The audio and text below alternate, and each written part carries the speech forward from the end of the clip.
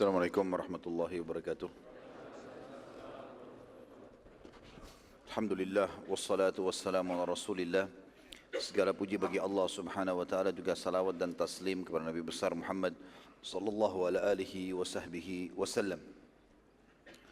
Sebelum melanjutkan, ikhwan dan akhwat sekalian rahimin rahimakumullah, tentang kisah tiga orang sahabat yang disebutkan dalam surah At-Taubah ayat 118 yang akhirnya Allah menerima tobat mereka dan sempat diboikot selama 50 hari oleh Nabi SAW. Ada satu ayat yang saya ingin tambahkan. Tentu surah At-Taubah umumnya turun memang dengan kasus-kasus banyak di perang Tabuk dan membongkar kedok para kaum munafikin. Tapi kalimat Hunain ada yang sempat saya sebutkan, belum sempat saya sebutkan pada pertemuan sebelumnya. Allah Subhanahu wa taala menggabungkan antara peperangan Nabi SAW dan perang Hunain. Juga sebagian ulama memasukkan ini adalah perang Tabuk, yaitu surah At-Taubah ayat 25 yang bunyinya a'udzubillahi minasyaitonirrajim, laqad nasarakumullahu fi mawatina katsiratin wa yawma hunainin idh a'jabatkum kathratukum falam tugni ankum syai'an wa dhaqat 'alaikumul ardu bima rahubat thumma wallaytum mudbirin. Sesungguhnya Allah telah menolong kalian hai kaum mukminin di medan peperangan yang banyak sekali. Dan ingatlah peperangan Hunain, yaitu di waktu kamu menjadi congkak karena banyaknya jumlahmu. Jadi tadi kita sempat jelaskan masalah itu di awal pertemuan kita di pagi hari, tentang pelajaran-pelajaran yang diambil dari perang Hunain. Di antaranya karena adanya syamata. Ya, beberapa sahabat menganggap bahwasanya pasukan musuh tidak akan mengalahkan mereka. Di sini Allah sebutkan tentang masalah kasus itu.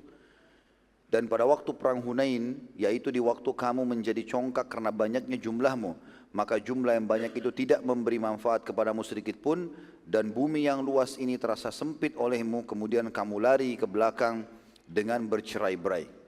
Jadi ini sebenarnya tambahan saja ayat bagi ikhwan dan akhwat yang menulis.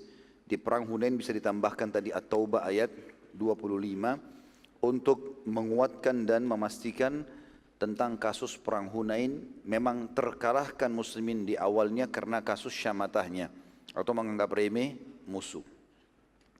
Kita masuk lanjutkan bahasan kita, saudaraku seiman, tentang masalah sahabat-sahabat yang tidak ikut peperangan Tabuk, dan Allah Subhanahu wa taala menyebutkan mereka di dalam Al-Qur'an, terutama 3 orang. Kita mulai dari 3 orang ini, kisah Ka'ab bin Malik radhiyallahu anhu. Karena memang dalam riwayat Bukhari dia yang banyak disebutkan kisahnya. Kata Ka'ab, pada saat sudah banyak sahabat-sahabat yang datang dan meminta maaf dengan Nabi SAW, kemudian Nabi SAW memaafkan mereka.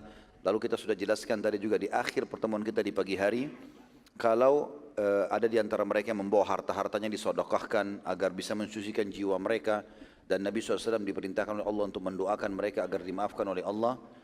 Ada 3 orang sahabat, berbeda kedudukan mereka ini. Mereka di mata Nabi SAW punya kedudukan lebih tinggi dari yang lain. Artinya gak masuk di akal kalau mereka tidak hadir dalam peperangan. Yang pertama Ka'ab bin Malik, karena ini ahli Badr, hadir di perang Badr, sama dengan Hilal nanti dan juga Mararah, ya. Tapi Ka'ab yang paling banyak ceritanya. Ka'ab mengatakan, aku pun mendatangi Nabi SAW, dan dalam perjalanan dari rumahku menuju ke masjid untuk bertemu dengan Nabi SAW, aku berkata dengan jiwaku sendiri, demi Allah tidak ada yang bisa menyelamatkanku hari ini kecuali kejujuran. Ka'ab berkata, saat aku menemui Nabi SAW dan mengucapkan salam, maka beliau menjawab tapi dengan senyum yang diikuti dengan penuh kekecewaan dan marah. Nabi SAW lalu bertanya kepadaku, apa yang menghalangimu ikut berperang bersamaku? Ka'ab lalu menjawab, demi Allah, wahai utusan Allah, aku belum pernah memiliki harta sebanyak saat aku tidak ikut perang bersama anda. Dan aku tidak punya uzur sama sekali, kecuali hanya kelemahan jiwa dan kelalaian saja. Tolong digarisbawahi dulu kalimat ini teman-teman sekalian. Ini kejadian besar ini. Karena kejadian Ka'ab bin Malik ini diceritakan dalam Al-Quran untuk menjadi pelajaran bagi kita semuanya, dan juga dalam riwayat-riwayat Sahih Bukhari dan Sahih Muslim dijelaskan tentang kisah ini. Di sini Nabi SAW marah dengan sahabatnya, dan ini pelajaran bahwasanya boleh seseorang yang sudah merasa sangat dekat dengan temannya marah kalau memang dia lihat temannya itu meninggalkan ibadah meninggalkan kewajiban-kewajiban, lalai. Dan marahnya ini karena Allah subhanahu wa ta'ala. Nabi SAW sini marah dengan Ka'ab. Sementara ada sahabat-sahabat Nabi yang lain, yang tidak disebutkan semua namanya di dalam buku-buku sejarah, tapi mereka datang, salam dengan Nabi, minta maaf, mana Nabi SAW maafkan. Tapi Ka'ab ini berbeda. Nabi SAW malah tanya, kenapa kau enggak ikut? Maka di sini bolehnya seseorang marah dengan sahabatnya, kalau sahabatnya jauh dari Allah SWT. Dia memarahi, dia membenci, dia menegur, dia mengingatkan, dan juga mencintai karena Allah Subhanahu Wa Taala. Juga pelajaran lain, bagaimana teman-teman sekalian orang mukmin yang sudah terbentuk iman dalam hatinya, hidupnya itu muamalahnya dengan Rabbul Alamin, sama Tuhan, alam semesta, bukan lagi manusia. Dia enggak peduli apakah dia harus malu di depan orang atau enggak malu, yang penting dia selamat dari hukuman Allah. Salah ya salah, benar ya benar, seperti itulah. Maka itu poin penting harus diambil pelajaran, dan bagaimana kejujuran menyelamatkan seseorang, teman-teman sekalian. Jujur. Ya. Di sini lihat bagaimana Ka'ab bin Malik. Dia menceritakan kisahnya, teman-teman. Dia bilang begini. Pada saat aku ucapkan tadi kalimat itu, ya Rasulullah, demi Allah belum pernah hartaku sebanyak pada saat aku tidak ikut sama anda. Artinya lagi melimpah-limpahnya, panen kurma, uang banyak, lagi sehat, anak-anak juga lagi enggak ada sehat, istri lagi baik, semuanya enggak ada masalah. Aku tidak hadir ya Rasulullah kecuali karena kelemahan jiwa. Antum kalau lagi hadir, contoh, tidak usah bicara masalah jihad. Antum rutin hadir di taklim sama seseorang ikhwah atau akhwat dengan akhwat. Lalu kita satu waktu malas, tiba-tiba syaitan masuk, kita malas. Tidur, nggak usah ikut taklim, negosiasi sama syaitan. Nggak usah hadir, nanti aja minggu depan. Nanti kan juga bisa tanya teman. Oh iya deh, tidur. Misal, baik, minggu depan antum datang atau besok ketemu sama sahabat, lalu dia tanya, kenapa nggak hadir? Syaitan tunggangi loh tuh. Bohong aja, bilang aja ada kegiatan keluarga atau apalah. Enggak, akhi. Di sini peperangan jelas-jelas akan dihukum ini. Dan hukuman Allah dan Rasulnya ini bisa keras, gitu. Bisa dihukum mati, bisa dihukum apa, gitu. Tapi Ka'ab subhanallah jujur. Ya Rasulullah, yang buat aku tidak hadir, gentle, karena kelalaian jiwa. Gak ada yang lain. Kata Ka'ab diceritakan gini, coba lihat kita seperti masuk dalam alamnya beliau ini, radhiyallahu anhu. Dia mengatakan pada saat aku pulang ke rumahku, sementara kaumku berbondong-bondong mendatangi rumahku. Dan berkata, wahai Ka'ab, karena beritanya Ka'ab ini waktu disampaikan di masjid, orang-orang pada dengar, tersebar berita. Apa yang Ka'ab ucapkan. Maka semua orang datang ke rumahku dan berkata, wahai Ka'ab, semua orang, maksudnya kaumku datang ke rumahku dan berkata, semua orang, hai Ka'ab, meminta maaf. Dan Nabi SAW menerima maaf mereka. Serta Nabi memohon ampun untuk mereka. Kenapa tidak engkau cari uzur saja? Buat saja alasan apa? Lalu Nabi SAW menerima dan beristighfarlah untukmu. Dia beristighfar untukmu. Sehingga engkau lepas dari belenggu kehidupan. Kata Ka'ab, sungguh mereka terus saja mendesakku. Sampai aku hampir saja kembali ke Nabi SAW dan membuat-buat uzur. Agar dimaafkan, dan sungguh aku telah diberi oleh Allah lisan yang lancar. Dan akal yang cerdas dalam menyusun kata-kata. Tetapi aku berkata kepada kaumku, apakah ada orang selainku yang sempat menyampaikan uzur yang sama denganku? Ada enggak yang alasannya sama dengan aku? Atau alasan mereka berbeda? Maka mereka bilang, ada 2 orang karena alasan kelalaian.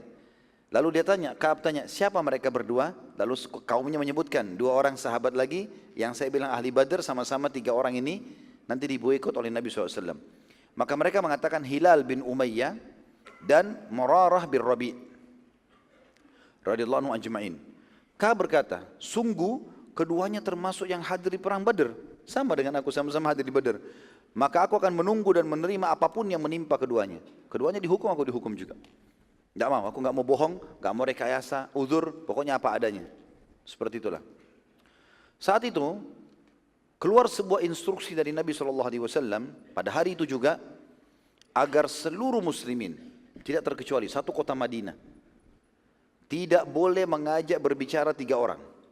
Ka'ab bin Malik, Hilal bin Umayyah, dan Murarah bin Rabi'. Khusus 3 orang ini. Karena mereka punya kedudukan khusus di Nabi SAW. Jadi kadang-kadang teman-teman sekalian, karena kedudukan kita pada seseorang, akhirnya orang itu lebih ekstra hati-hati terhadap kita supaya jangan kita terjerumus. Itu satu hal yang positif. Jangan pernah antum menilai kalau ada yang menegur untuk kebaikan lalu antum menganggap anak dibenci. Enggak. Berarti orang suka, sayang justru karena itu. Ada kesalahan diingatkan. Beberapa asatidzah jazahumullah khair mengingatkan saya, Ustaz Khalid ada begini di ceramah di YouTube. Oh iya baik, langsung saya terima. Bukan aib. Ya udah, supirkannya mana Ustaz? Dikasih, saya perbaikin, selesai. Jadi enggak usah bertahan dengan kesalahan untuk apa gitu. Manusiawi. Kita salah itu adalah manusiawi. Gitu kan? Sesuatu yang normal.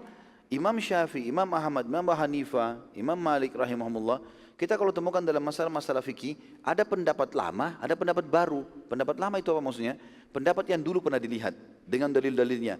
Begitu ada yang datang hujah yang lebih kuat, ditinggalkan. Lalu dikatakan pendapat. Bahkan Imam Ahmad punya pendapat dalam satu kasus, itu sampai 3 pendapat. Dan Ahmad berkata, dalam ada kaul yang lain juga Ahmad berkata. Kaul yang lain Ahmad berkata, itu bukan aib. Artinya pendapat yang paling terakhir itu yang dianggap dalil yang paling kuat. Seperti itulah.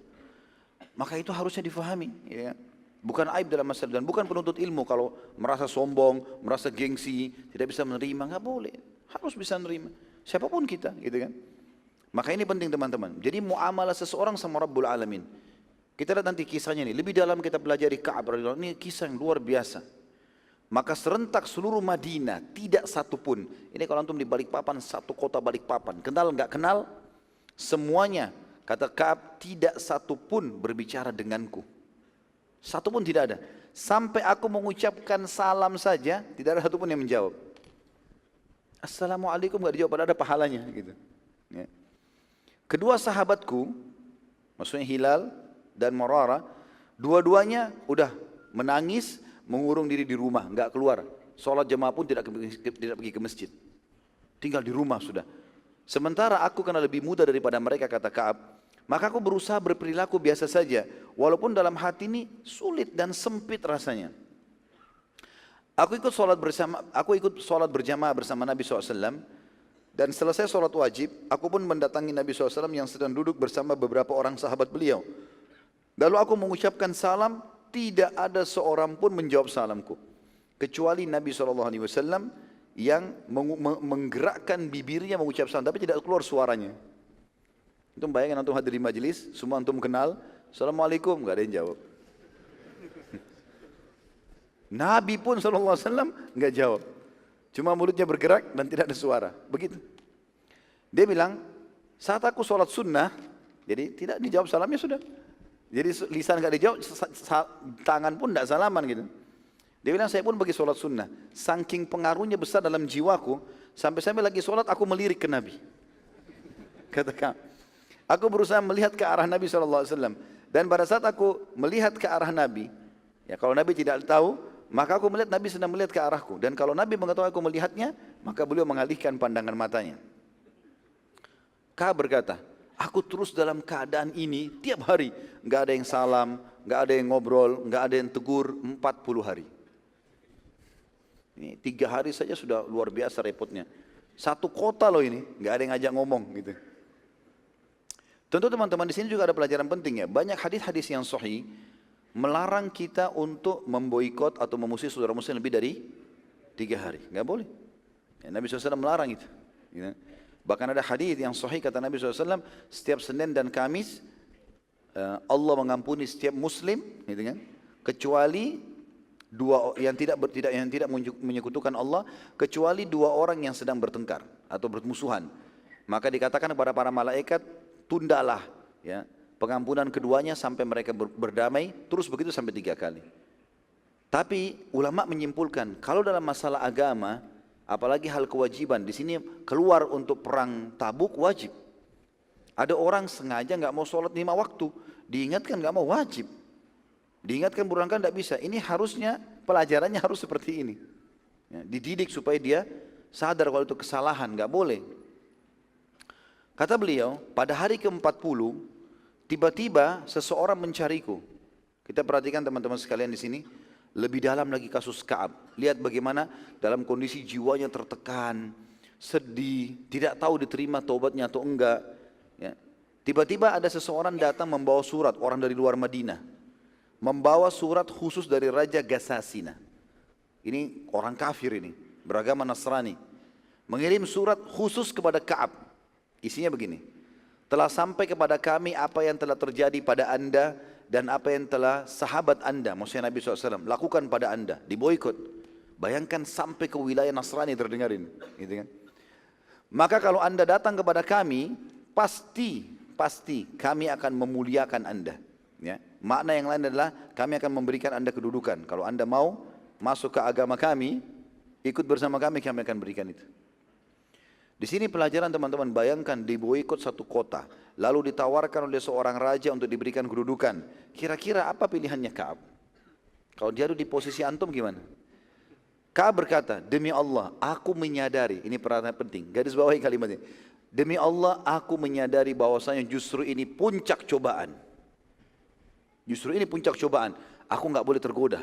Bayangkan ya, luar biasa dalam kondisi sudah sumpek begini, tapi dia mengatakan itu puncak cobaan. Pada hari yang sama, bertambah lagi masalahnya. Utusan Nabi SAW datang, lalu berkata kepadaku, sesungguhnya Rasulullah SAW telah melarang engkau menyentuh istrimu dan diperintahkan untuk menjauhi istrimu. Jadi bukan cuma satu kota Madinah, istri pun harus keluar. Ka'ab dengan imannya bilang apa? Apakah aku harus menceraikannya? Atau hanya menjauhi saja? Kata utusan Nabi SAW, penyampaian Nabi hanya menjauhi. Langsung gak pakai tunggu, dia bilang sama istrinya, pulanglah ke rumahmu, ke rumah orang tuamu, sampai Allah memutuskan keputusanku. Kata Ka'ab, pada saat itu luar biasa. Menumpuk antara, pada saat istrinya pergi, menumpuk antara di luar rumah tidak ada yang ajak ngomong, di rumah pun sendirian. Istri udah gak ngomong, gak ada masakan, gak ada ngomongan, gak ada biologis, gak ada segala macam. Diboikot total. Sebagian kerabat mendatangi Ka'ab, kata Ka'ab, mendatangiku seraya berkata, wahai Ka'ab, sesungguhnya Hilal bin Umayyah dan Mararah bin Rabi' membiarkan istri mereka di rumah. Mereka hanya saja tidak menyentuhnya. Dua temanmu juga sama perintahnya Nabi SAW. Tapi mereka minta izin sama Nabi, gak usah dipulangkan ke rumah orang tua, di rumah saja. Tapi gak disentuh, gak ada biologis sama sekali. Ka'ab menjawab, mereka berdua sudah berumur. Aku masih muda. Gitu. Sementara aku khawatir melanggar, nanti lihat istri habis mandi, nanti dekat-dekat. Bahaya, dilarang sentuh, ini larangan Allah dan Rasulnya, hukum, melanggar. Dan ini sebuah iman teman-teman sekalian, bayangkan bagaimana kekuatan iman mereka. Kita kadang-kadang siang hari Ramadan, puasa wajib. Makanya yang mau nikah nih, jangan nikah bulan Sya'ban. Akhir Sya'ban menikah, 2 hari lagi Ramadan. Terus nanti nggak mau sentuhan sama istrinya, bagaimana ceritanya? Tunggu Syawal, sabar sedikit. Gitu. Soalnya nanti kalau Allah memerintahkan puasa Ramadan, lalu dia batalin dengan jima misalnya, kena denda kafarah, tapi kan terganggu ibadahnya. Kecuali ada udzur syar'i, dia safar mungkin ya, itulah berbeda. Tapi kalau ini enggak, ini Ka'ab bukan karena puasa, bukan, tapi perintah Allah dan Rasul ditaati sama dia. Dan dia takut menyentuh sampai disuruh pulang istrinya. Ka'ab berkata, sungguh segala sesuatu berubah total padaku. Dadaku sempit, hidupku seraya senyap. Bahkan istri pun sudah tidak berbicara denganku, dan dunia menjadi berubah, keindahannya menjadi gelap. Dan berjalan selama 50 hari. Tadi 40 hari. 10 hari diboikot, tak bisa lagi istrinya juga ngomong, melayani, disentuh. Dia bilang, saya tetap komitmen. Coba bersabar, dalam kemelut pikiran jadi kacau, hati jadi sempit, dada jadi sempit. Tetap saja saya sabar. Dan subhanallah di hari ke-50 dari cobaan tersebut, pada saat aku sedang sholat duha di halaman rumahku, karena panas, beliau keluar di depan rumahnya, pasang sejadahnya sholat duha. Dia bilang, tiba-tiba aku mendengar suara dari kejauhan yang sangat besar, teriak-teriak, wahai Ka'ab, berita gembira, wahai Ka'ab, berita gembira, gitu. Dia bilang, saya melihat ke arah suara itu, saya melihat ada 2 orang sahabat Rasulullah SAW, yang satu lari, yang satu pakai unta. 2 orang ini kayak bersaing ingin tiba ke aku. Siapa yang tiba duluan gitu. Dia bilang saking bersaingnya 2 orang ini, yang unta memicu untanya supaya sampai ke aku duluan, yang berlari tahu dia akan kalah cepatnya, maka dia naik ke atas pohon yang tinggi. Lalu mereka berdua sambil berteriak, berita gembira wahai Ka'ab bin Malik. Gitu. Terus saja itu dikumandangkan sama mereka, sampai Ka'ab mengatakan, aku pun bertanya, ada apa? Gitu. Lalu dua-duanya secara bersamaan menyampaikan, satu di atas pohon, yang satu dari untanya. Gitu kan. Jadi saking berita gembira luar biasa, dia mengatakan, berita gembira, telah turun ayat Al-Quran yang menerima taubatmu. Maka kata Ka'ab radhiyallahu anhu, aku pun sujud kepada Allah sebagai syukur dan hatiku tiba-tiba jadi lapang. Yang tadinya bumi ini sempit jadi luas gitu. Tadinya sumpek jadi lega, kepala rasanya sempit, luas semuanya. Karena gembiranya, maka aku langsung mengambil bajuku dari dalam rumah dan aku memberikan kepada dua orang itu. Dan ini juga termasuk yang dianjurkan oleh para ulama, orang kalau menerima berita gembira dari seseorang, berterima kasihlah sama orang itu, berikan sesuatu hadiah. Ada orang menyampaikan dengan lahirnya anak, tentang sembuhnya penyakit, tentang apa, berikan hadiah sesuatu. Itu yang Ka'ab lakukan radhiyallahu anhu. Dia bilang, saya pun segera ke masjid, penasaran ingin tahu ada apa di masjid. Maka masjid ternyata dipenuhi oleh kaum muslimin, karena Nabi SAW kumpulkan mereka telah turun ayat Al-Quran. Dan begitu aku masuk, maka mereka serentak berlumba-lumba berteriak sambil mengatakan, bergembiralah wahai Ka'ab atas taubat yang Allah terima. Bergembira wahai Ka'ab atas taubat yang Allah terima. Jadi kita bisa lihat teman-teman bagaimana gembiranya mereka pada saat itu apa? Karena taubat. Kita malah gembira naudzubillah dengan maksiat, dengan pelanggaran agama gitu kan. Bangga bisa menipu orang, bangga bisa berzina, bangga bisa ini dan itu. Ini mereka bangga justru karena saudaranya diterima taubatnya oleh Allah Subhanahu wa taala.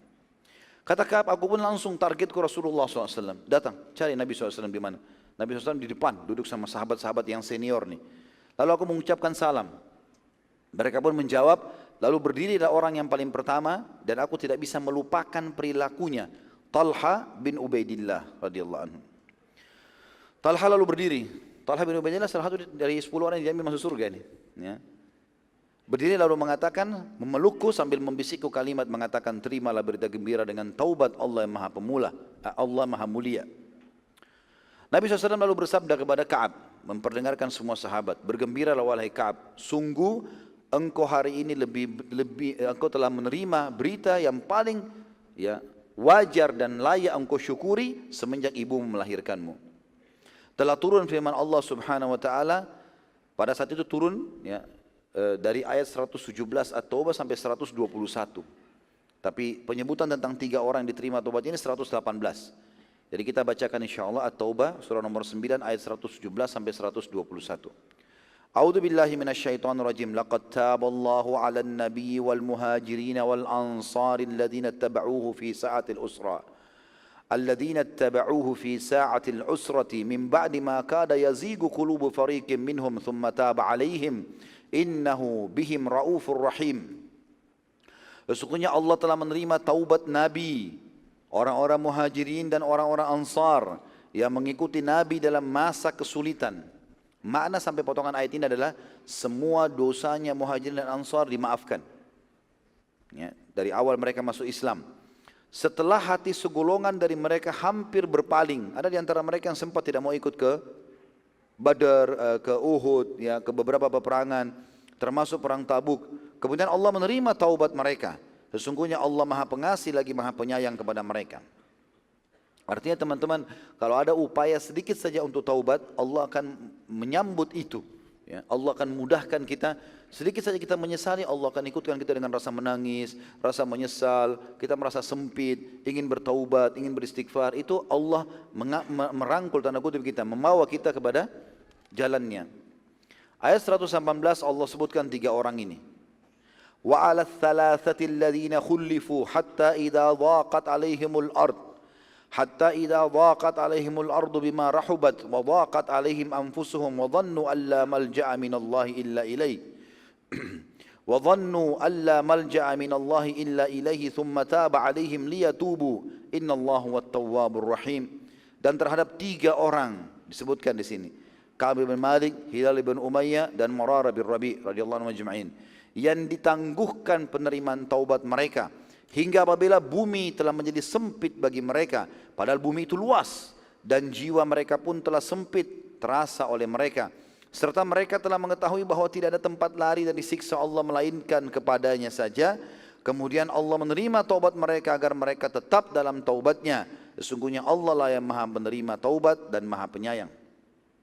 Kata para ulama, bentuk kasih sayangnya Allah Subhanahu wa taala kalau Allah menerlambatkan beberapa saat penerimaan doanya ataupun membiarkan dia dalam keadaan sumpek atau sedihnya pada masa dia bertaubat, dan itu akan mencapai puncak daripada pahala ya. Makanya kita kalau sampai pada titik klimaks, puncaknya maka sudah dekat dengan jalan keluar. Fa inna ma'al usri yusra. Pasti di setiap puncak masalah akan ada yusrahnya. Ada usra, ada yusra. Pasti ada kesulitan, ada kemudahan gitu. Kemudian ayat 119. Ya ayyuhalladzina amanu taqullaha wa kunu ma'as sadiqin. Oleh karena itu hai orang-orang beriman, bertakwalah kepada Allah, hanya patuh dan tunduk kepada Allah, dan hendaklah kalian selalu bersama dengan orang-orang yang jujur. Ini kasusnya karena mereka jujur, Allah berikan pelajaran bagi orang-orang beriman. Ayat 120. Maka li ahli al-Madinati wa man hawlahum min al-a'rabi an yatakhallafu ar Rasulillahi wa la yarghabu bi anfusihim an nafsi. Dzalika bi annahum la yusibuhum dhama'un wa la nasabun wa la makhmasatun fi sabilillahi wa la yata'una mawti'a ولا يطعون موطئا يغيظ الكفار ولا ينالون من عدو نيلا إلا كتب لهم به عمل صالح إن الله لا يضيع أجر المحسنين. Tidaklah sepatutnya bagi penduduk Madinah dan orang-orang Arab Badui yang berdiam di sekitar Madinah tidak turut menyertai Rasulullah SAW dalam berperang, dan tidak patut pula bagi mereka lebih mencintai diri mereka daripada mencintai diri Rasul alaihissalam. Yang demikian itu ialah karena mereka tidak ditimpa kehausan, kepayahan dan kelaparan pada jalan Allah kalau lagi berperang, haus, panas, gangguan orang, dan tidak pula menginjak suatu tempat yang membangkitkan amarahnya orang-orang kafir. Karena tiba di lokasi orang kafir maka pemilik lokasi marah, dan tidak tidak tertimpa pun satu bencana, atau mereka menimpakan satu bencana kepada musuh, mereka menyakiti musuh tersebut atau membunuhnya, melainkan dituliskan bagi mereka dengan yang demikian itu suatu amal saleh. Membunuh orang kafir, dibunuhkah, capekkah, letihkah, semuanya dalam jihad pahala. Sesungguhnya Allah tidak menyia-nyiakan pahala orang-orang yang berbuat baik. Ayat 121-nya. ولا ينفقون نفقة صغيرة ولا كبيرة ولا يقطعون واديا إلا كتب لهم ليجزيهم الله أحسن ما كانوا يعملون. Dan mereka tidak menafkahkan satu nafkah yang kecil, tidak pula yang besar, dan tidak melintasi suatu lembah, melainkan dituliskan bagi mereka amal saleh, karena Allah akan memberi balasan kepada mereka yang lebih baik daripada apa yang telah mereka kerjakan itu. Saksi bahasan kita tadi adalah ayat 118-nya tentang 3 orang itu. Setelah itu teman-teman sekalian, ada kejadian yang unik sekali. Nabi SAW waktu menerima ayat ini turun, begitu selesai, langsung Nabi SAW naik di atas mimbar. Mengumpulkan seluruh masyarakat. Masyarakat Madinah lagi kumpul. Dan di masjid rupanya bersatu di situ di dalam majelis antara orang mukmin sama orang munafik ini.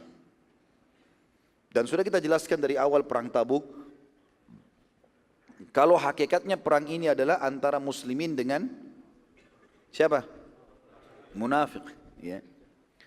Maka Nabi SAW naik di atas mimbar. Setelah tahmid dan salawat, lalu beliau membongkar satu persatu kedok munafik yang hadir di masjid. Nabi SAW mengatakan setelah tahmid dan salawat, wahai sekalian manusia, di antara kalian ada munafik yang harus kalian kenal mereka. Siapapun yang aku sebutkan namanya, segera berdiri. Maka mulailah Nabi SAW menyebut satu persatu. Berdiri wahai fulan, berdiri wahai fulan, berdiri wahai fulan. Sampai Nabi menyebutkan 36 orang. Dan ini 36 orang semuanya pimpinan-pimpinan munafik. Satu-satunya Nabi tidak sebut adalah Abdullah bin Abi Salul. Kenapa enggak disebut? Karena satu Madinah sudah tahu kalau dia pimpinan munafik. Iya. Orang-orang semua sudah tahu kalau Abdullah bin Salul itu adalah pimpinan sama dengan Abu Amir al-Fasiq, itu sudah ketahuan. Jadi ini hadir di masjid ini, yang banyak muslimin tidak tahu. Mereka berteman, tetangga, teman bisnis, tapi orang munafik. Pada saat itu Umar bin Khattab kebetulan telat datang ke masjid. Tidak tahu apa yang terjadi di masjid nih. Umar pas masuk depan pintu, ada satu orang lagi menangis di depan pintu. Kata Umar, kenapa kau menangis? Kenapa enggak masuk ke dalam? Dia bilang, Rasulullah SAW menghitungku salah satu dari munafik. Langsung Umar mengatakan, semoga Allah menghukummu. Kenapa selama ini kau menyembunyikannya? Gitu. Nabi SAW satu sisi setelah membongkar orang-orang munafik ini, dan ini kita lihat teman-teman belum pernah terjadi dalam hidup Nabi SAW, membongkar langsung. Gitu kan? Dari sisi lain Nabi SAW menyampaikan berita gembira kepada kaum muslimin, bahwasanya mulai hari ini setelah perang Tabuk, ke depannya umat Islam tidak akan pernah kalah. Menang terus dalam jihad. Yang penting jihad benar, pasti menang. Nggak ada lagi kekalahan, nggak ada lagi terulang kasus Uhud, kasus nggak ada lagi. Sudah, pokoknya mulai sekarang menang terus. Sampai Nabi SAW mengatakan kalian akan menembus wilayah Hira. Hira ini wilayah Jazirah Arab, ya, yang orang-orang Arabnya beragama Nasrani dan kuat sekali, karena di situ dibantu oleh Romawi.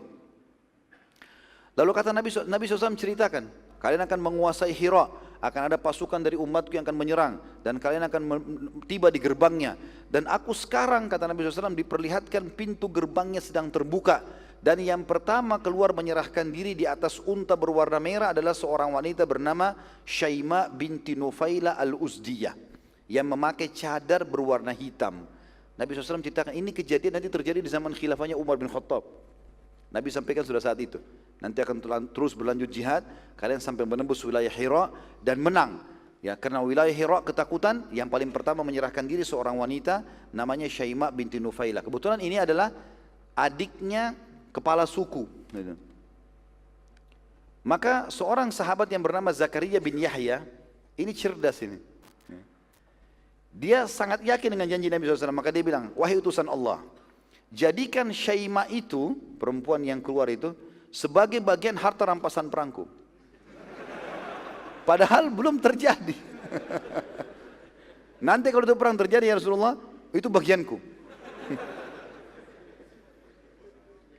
Tapi ini kita tahu setelah beliau meninggal ya. Zakaria bin Yahya, ini namanya Zakaria bin Yahya. Jadi kalau Nabi Allah kan Yahya bin Zakaria, ini terbalik. Ya. Zakaria bin Yahya ini ikut dalam peperangan Hira yang terjadi di zaman Umar bin Khattab yang dipimpin oleh Khalid bin Walid. Pada saat itu kebetulan karena di zaman Umar ada sahabat ikut tapi kebanyakan tabi'in. Banyak yang nggak kenal Zakaria ini siapa. Sahabat iya, tapi bukan sahabat yang banyak meriwayatkan hadis, biasa saja gitu. Bahkan sahabat ini dikenal tidak bisa baca, tidak bisa nulis. Nanti kita lihat bagaimana kasusnya terjadi. Dia ikut di peperangan itu. Dan terjadi seperti yang Nabi SAW gambarkan. Begitu pasukan muslimin mengepung berapa hari, mereka mengalah, dan pada saat mengalah, Syaima binti Nufaila al-Uzdiyah ini betul-betul keluar. Seperti Nabi gambarkan, di atas unta merah, pakai cadar warna hitam gitu. Maka waktu itu dia menyerahkan diri. Begitu menyerahkan diri, Zakaria langsung dekati. Dipegang tali kekangan untanya, ini bagianku.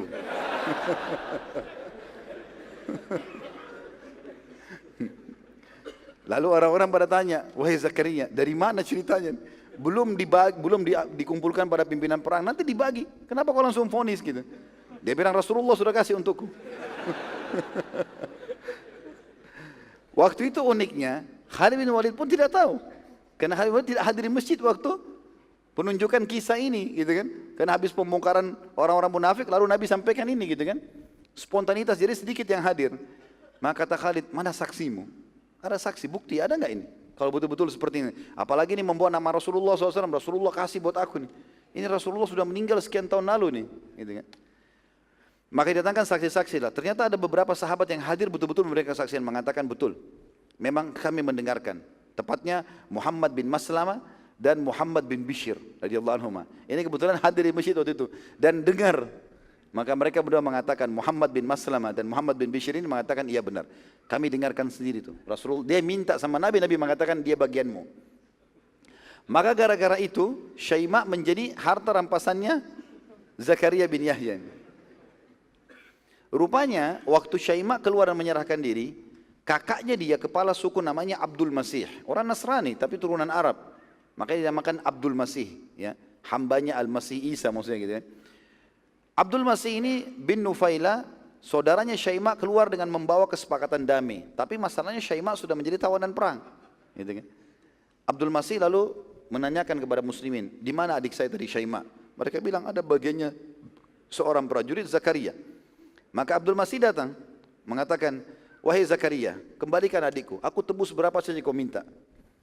Jadi saking tidak bisanya membaca Zakaria radhiyallahu anhu ini, beliau bilang, demi Allah kau tidak akan mengembalikan kepadamu kecuali kau bayar 100 dirham.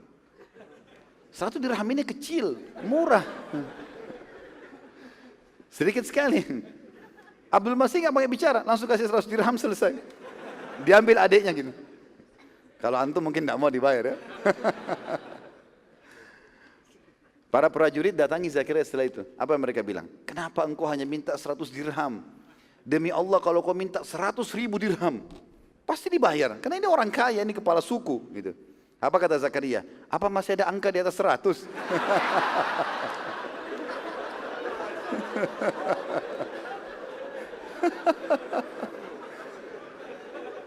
Jadi luar biasa polosnya gitu ya.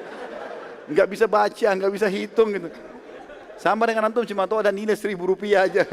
Nggak tahu ada 100.000, nggak tahu ada miliaran gitu. Udah selesai, seperti itu aja. Jadi akhirnya lepaslah Syaimah dengan 100 dirham saja.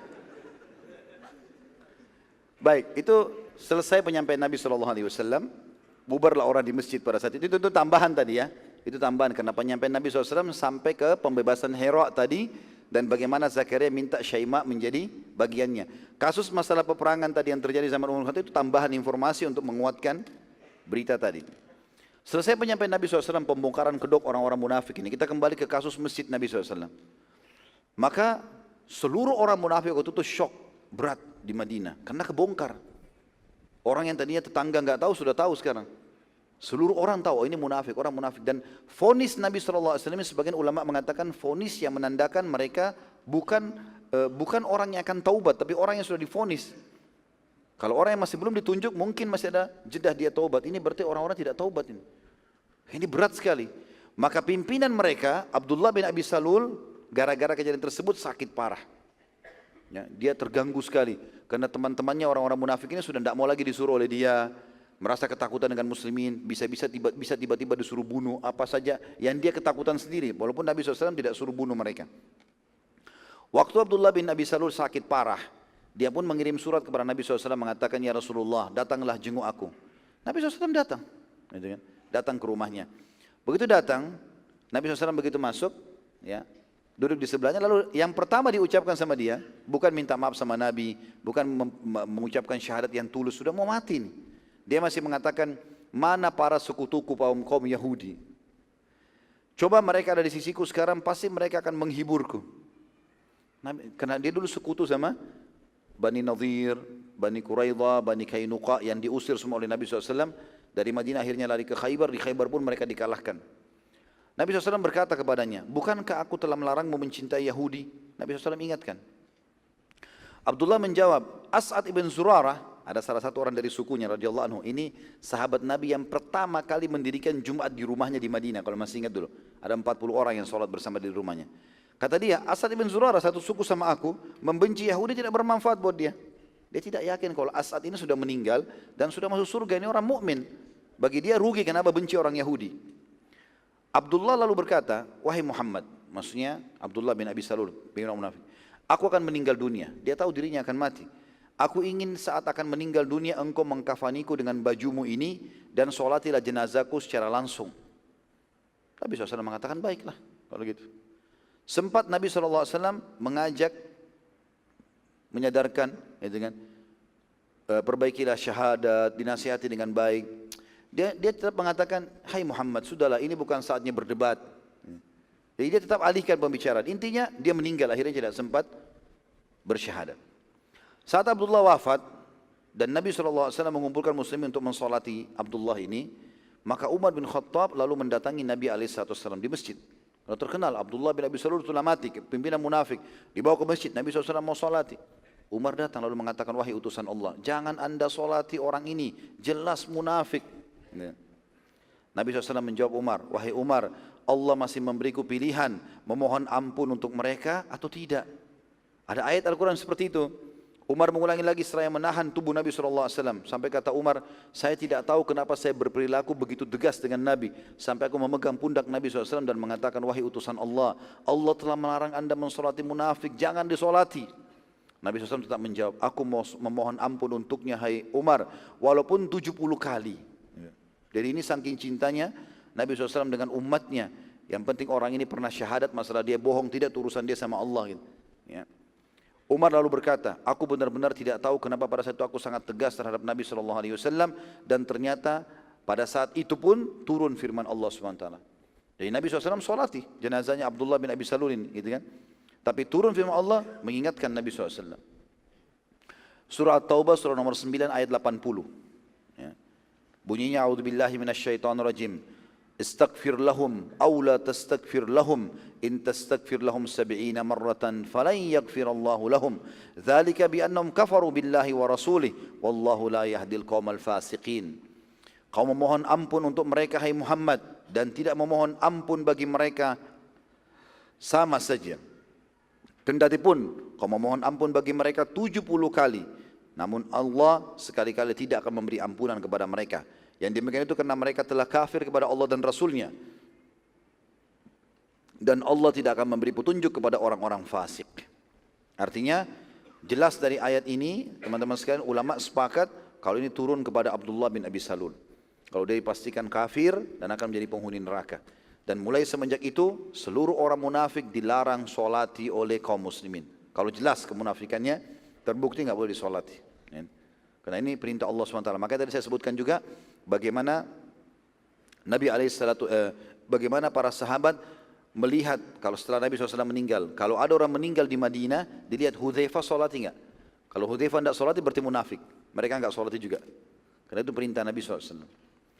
Pada tahun 8 Hijriah, ya, Nabi SAW memerintahkan, tahun 9 Hijriah.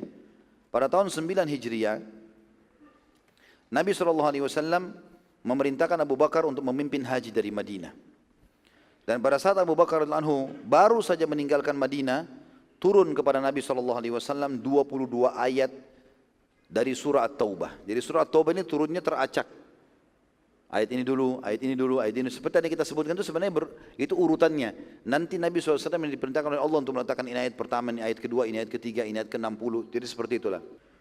Pada saat Abu Bakar radhiyallahu anhu diutus oleh Nabi SAW untuk memimpin haji di tahun 9 Hijriah setelah pulang dari perang Tabuk itu, baru saja Abu Bakar keluar menuju ke Mekah, masih di tengah jalan, maka turunlah 22 ayat pertama dari surah At-Taubah secara berurutan. Dan ini satu-satunya surah dalam Al-Quran yang tidak dimulai dengan basmalah. Tidak ada bismillahnya. Semua yang surah lain ada bismillahnya. Dan ini tentu ada penjabaran para ulama. Ada yang mengatakan memang karena surah ini adalah surah yang sangat tegas memutus hubungan dengan orang-orang musyrik Mekah dan siapapun orang kafir yang telah melanggar perdamaian dengan kaum muslimin. Ayatnya adalah saya bacakan 22 ayat ini, surah At-Taubah ayat 1 sampai ayat 22. Dari pertama, a'udzubillahi minasyaitonirrajim, ayat satunya, bara'atum minallahi wa rasulihi ilal ladina ahadtum minal musyrikin. Inilah pernyataan pemutusan, kata Allah, hubungan dari Allah dan Rasulnya yang dihadapkan kepada semua orang-orang musyrik yang kalian kaum muslimin telah mengadakan perjanjian dengan mereka, orang-orang musyrik Mekah. Karena ada kesepakatan Hudaybiyah ya, orang Islam nggak boleh masuk, perdamaian 10 tahun, nggak boleh perang, itu semua dibatalin sama Allah karena mereka berkhianat. Ayat 2-nya, fasihu fil ardi arba'ata ashhur. Fasihu fil ardi arba'ata ashhurin wa'lamu annakum ghairu mu'jizillahi wa anna Allah mukhzil kafirin. Maka berjalanlah kalian hai kaum musyrikin di muka bumi selama 4 bulan. Artinya masih ada waktu 4 bulan untuk kalian di Mekah. Setelah itu nggak ada perdamaian, nggak ada lagi jaminan bisa dibunuh oleh kaum muslimin. Dan ketahuilah bahwa sungguhnya kamu tidak akan dapat melemahkan Allah. Bagaimanapun kalian atur strategi perang tidak akan bisa menang. Dan sesungguhnya Allah menghinakan orang-orang kafir. Tentu di sini ada pendapat sebagian ulama tafsir yang mengatakan ayat 2 ini, sebelum turunnya ayat ini ada perjanjian damai antara Nabi Muhammad SAW dengan orang-orang musyrik. Di antara isi perjanjian tersebut adalah tidak ada peperangan antara Nabi SAW dengan orang-orang musyrik, dan bahwa kaum muslimin diperbolehkan berhaji ke Mekah dan tawaf di Ka'bah. Allah Maha Suci membatalkan perjanjian itu dengan mengizinkan kepada kaum muslimin memerangi mereka kembali. Dan turunnya ayat ini menandakan kaum musyrikin hanya diberikan waktu 4 bulan dari turunnya ayat ini mendapat jaminan. Setelah itu sudah tidak ada lagi. Ayat 3, wa adzanu minallahi wa rasulihi ilan nasi yawmal hajjil akbari anna allaha bari'um minal musyrikin wa rasuluh fa in tubtum fahuwa khairun lakum wa in tawallaitum fa'lamu annakum ghairu mu'jizillah wa basyiril ladzina kafaru bi'adzabin alim.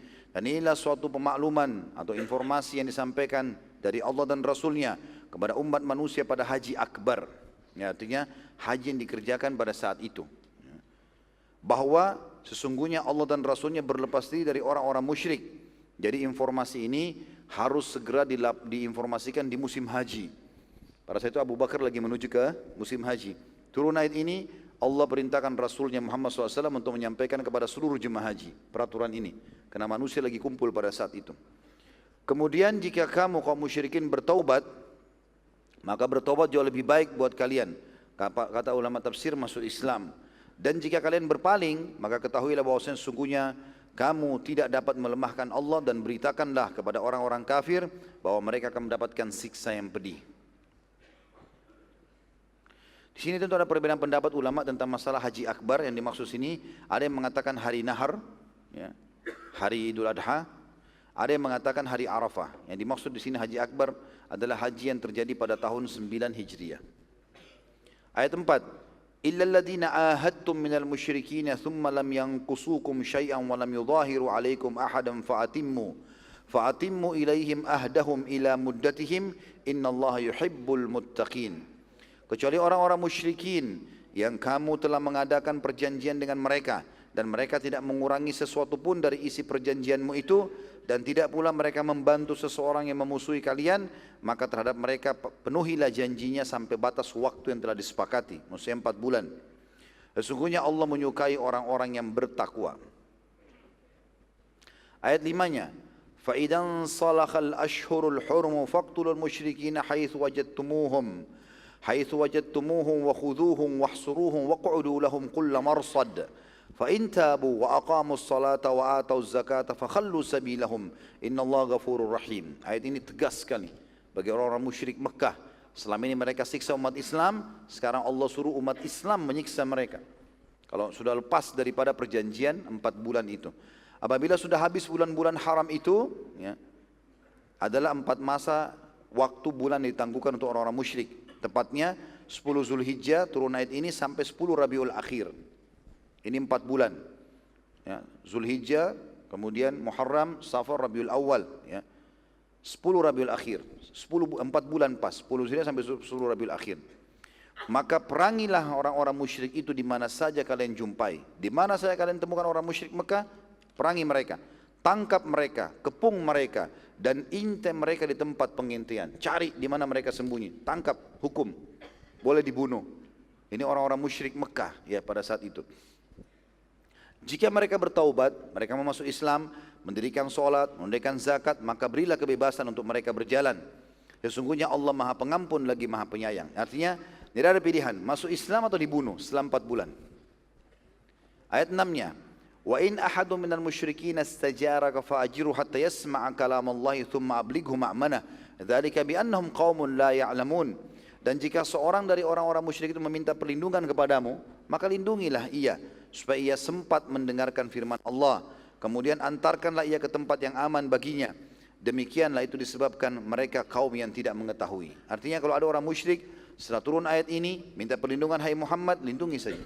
Datang ke Madinah, tolong saya mau tinggal, atau minta di Mekah, saya membutuh waktu, silakan. Tapi sampai 4 bulan itu, lindungi mereka. Dan perdengarkan ayat-ayat Al-Quran. Mudah-mudahan mereka bisa dapat petunjuk. Ayat 7-nya, Kaifa yakunu lil musyrikina ahdun indallahi wa inda rasulihi illa alladhina ahadtum indal masjidil haram. Famastaqamu lakum fastaqimu lahum. Innallaha yuhibbul muttaqin. Bagaimana bisa ada perjanjian aman di sisi Allah dan Rasulnya dengan orang-orang musyrikin, kecuali orang-orang yang telah mengadakan perjanjian dengan mereka di dekat Masjidil Haram, artinya Hudaybiyah. Maka selama mereka berlaku lurus terhadapmu, tidak berkhianat, hendaklah kamu berlaku lurus pada mereka juga. Sesungguhnya Allah menyukai orang-orang yang bertakwa. Artinya, arti ayat ini, andai saja mereka tidak berkhianat, ya, karena kita sudah tahu ada pengkhianatan suku Bakr, ya, yang merupakan sekutunya Quraisy, dan Quraisy juga ikut-ikut membunuh suku Khuza'ah pada saat itu. Ya. Kalau mereka tidak lakukan itu maka mereka aman. Muslimin pun disuruh patuh selama 10 tahun perdamaian. Tapi karena mereka berkhianat maka terputuslah semua itu. Allah jelaskan di ayat 7 ini kenapa Allah membatalkan perdamaian dengan Quraisy. Ayat 8-nya, Kaifa wa in yadhharu 'alaikum la yarqubu fikum illa wala dhimmah. Yurdunakum bi afwahihim wa ta'ba qulubuhum wa aktsaruhum fasiqun. Bagaimana bisa ada perjanjian dari sisi Allah dan Rasulnya dengan orang-orang musyrik? Padahal jika mereka memperoleh kemenangan terhadap kamu, mereka tidak memelihara hubungan kekerabatan terhadap kamu dan tidak pula mengindahkan perjanjian. Kalau mereka menang, mereka punya peluang, mereka akan menyerang kalian. Mereka berkhianat. Mereka menyenangkan hatimu dengan mulut mereka saja. Kita damai, tapi bohong. Sedangkan hati mereka menolak dan kebanyakan mereka adalah orang-orang fasik, tidak menepati janji. Jadi perlu kita garis bawah ya, waktu Nabi SAW masuk ke Mekah, beliau tidak mewajibkan masyarakat mau masuk Islam, pilihan. Silakan mau masuk Islam silakan, tapi yang dalam keadaan musyrik harus keluar maksimal 4 bulan. Termasuk salah satu tokoh mereka Safwan bin Umayyah bin Khalaf yang akhirnya masuk Islam. Nabi SAW berikan 4 bulan. Dan sempat waktu perang Hunain Nabi SAW meminjam dari dia baju perang, pedang, perisai dan seterusnya. Ayat 9-nya, Ishtaru bi ayatillahi thamanan qalilan fasaddu an sabilih innahum sa'a ma kanu ya'malun. Mereka menukarkan ayat-ayat Allah dengan harga yang sedikit, lalu mereka menghalangi manusia dari jalan Allah. Sungguhnya amat buruk apa yang mereka kerjakan itu. Jadi orang-orang musyrik tahu ini adalah ayat-ayat Allah, tapi mereka memperjualbelikan, tidak mau menerima hanya karena urusan dunia, hanya karena gengsi, malu, merasa kenapa harus ikuti Nabi SAW. Yang lebih tua merasa Muhammad lebih muda, yang lebih kaya merasa lebih kaya, dan seterusnya. Ayat 10-nya, La yarkubuna fi mu'minin illa wala dhimma wa ulaika humul mu'tadun. Mereka tidak memelihara hubungan kekerabatan dengan orang-orang mukmin dan tidak pula mengindahkan perjanjian, dan mereka itu adalah orang-orang yang melampaui batas. Ayat 11-nya, Fa in tabu wa aqamus salata wa atauz zakata fa ikhwanukum fid din wa nufassilul ayati liqaumin ya'lamun. Jika mereka bertaubat, sekali lagi mereka masuk Islam, mendirikan sholat, menunaikan zakat, maka mereka adalah saudara-saudara kalian seagama. Dan kami menjelaskan ayat-ayat ini bagi kaum yang mau mengetahui. Artinya, kalau mereka sudah masuk Islam, walaupun mereka dulu buruk, memerangi umat Islam, tetap diterima. Kasus seperti Abu Sufyan, istrinya Hindun, dari orang Jumain sudah masuk Islam. Dulu perangi Islam, tapi setelah masuk Islam, Nabi SAW terima itu. Ayat 12-nya. Wa innakathu aymanahum min ba'di ahdihim wa ta'anu fi dinikum faqatilu aimmatal kufri innahum la aymana lahum la'allahum yantahun. Jika mereka merusak sumpah janji sesudah mereka berjanji dan mereka mencercah agamamu, Islam dihina, maka perangilah pemimpin-pemimpin orang kafir itu, karena sungguhnya mereka itu adalah orang-orang yang tidak dapat dipegang janjinya, agar mereka supaya mereka berhenti. Itu terjemahnya begitu, agar supaya mereka berhenti. Artinya sampai mereka tidak lagi memerangi muslimin. Ayat 13. Ala tuqatiluna qauman nakathu aymanakum nakathu aymanahum. Saya ulangi. Ala tuqatiluna qauman nakathu aymanahum wa hammu bi ikhrajir rasul. Wa hammu bi ikhrajir rasul wa hum bada'ukum awwala marrah. Atakhshawnahum fallahu ahaqqu an takhshawhu in kuntum mu'minin. Mengapa kamu tidak memerangi orang-orang yang merusak sumpah janji itu? Bukankah mereka yang merusak janji pertama? Padahal mereka telah keras kemauannya untuk mengusir Rasul. Dan mereka yang pertama kali memerangi kalian, orang-orang Mekah. Mengapakah kamu takut kepada mereka? Padahal Allah yang berhak untuk kamu takuti, jika kamu benar-benar orang yang beriman. Ayat 14. Qatiluhum yu'adzibuhumullahu biaidikum wa yukhzihim wa yansurkum alaihim wa yashfi sudura qaumin mu'minin. Perangi mereka. Niscaya Allah akan menghancurkan mereka dengan perantara tangan-tanganmu. Dan Allah akan menghinakan mereka dan menolong kamu terhadap mereka, serta melegakan hati orang-orang yang beriman. Ya, kata para ulama, ayat 14 ini andai saja kaum muslimin sedang terzalimi dan mereka melawan tulus karena Allah, Allah pasti akan berikan kemenangan dan Allah akan membunuh musuh-musuh mereka sebagaimana ayat ini menjelaskan. Ayat 15, wa yudhib ghaidha qulubihim wa yatubullahu ala man yasha wallahu alimun hakim, dan menghilangkan panas hati orang-orang beriman, ya, artinya jengkelnya, dan Allah menerima taubat orang-orang yang dikehendaki. Allah Maha mengetahui dan Maha bijaksana. Artinya dengan melawan tulus ikhlas karena Allah, Allah akan berikan ketenangan jiwa dengan kemenangan. Ayat 16, am hasibtum an tutraku walamma ya'lamillahu alladhina jahadu minkum wa lam yattakhidhu min dunillahi wala rasuli walam yattakhidhu min dunillahi wala rasuli walal mu'minina walija wallahu khabirum bima ta'malun. Apakah kau mengira bahwasanya kamu akan dibiarkan sedangkan Allah belum mengetahui dalam kenyataan orang-orang yang berjihad di antara kamu dan tidak mengambil menjadi teman yang setia selain Allah. Maksudnya tidak memilih jalan Allah, tidak memilih kecuali jalan Allah, Rasulnya dan orang-orang beriman, dan Allah Maha mengetahui apa yang kamu kerjakan. Ayat 17, ma kana lil musyrikina ay ya'muru masajidallahi syahidina ala anfusihim bil kufur ulaika habitat a'maluhum wa fin nari hum khalidun.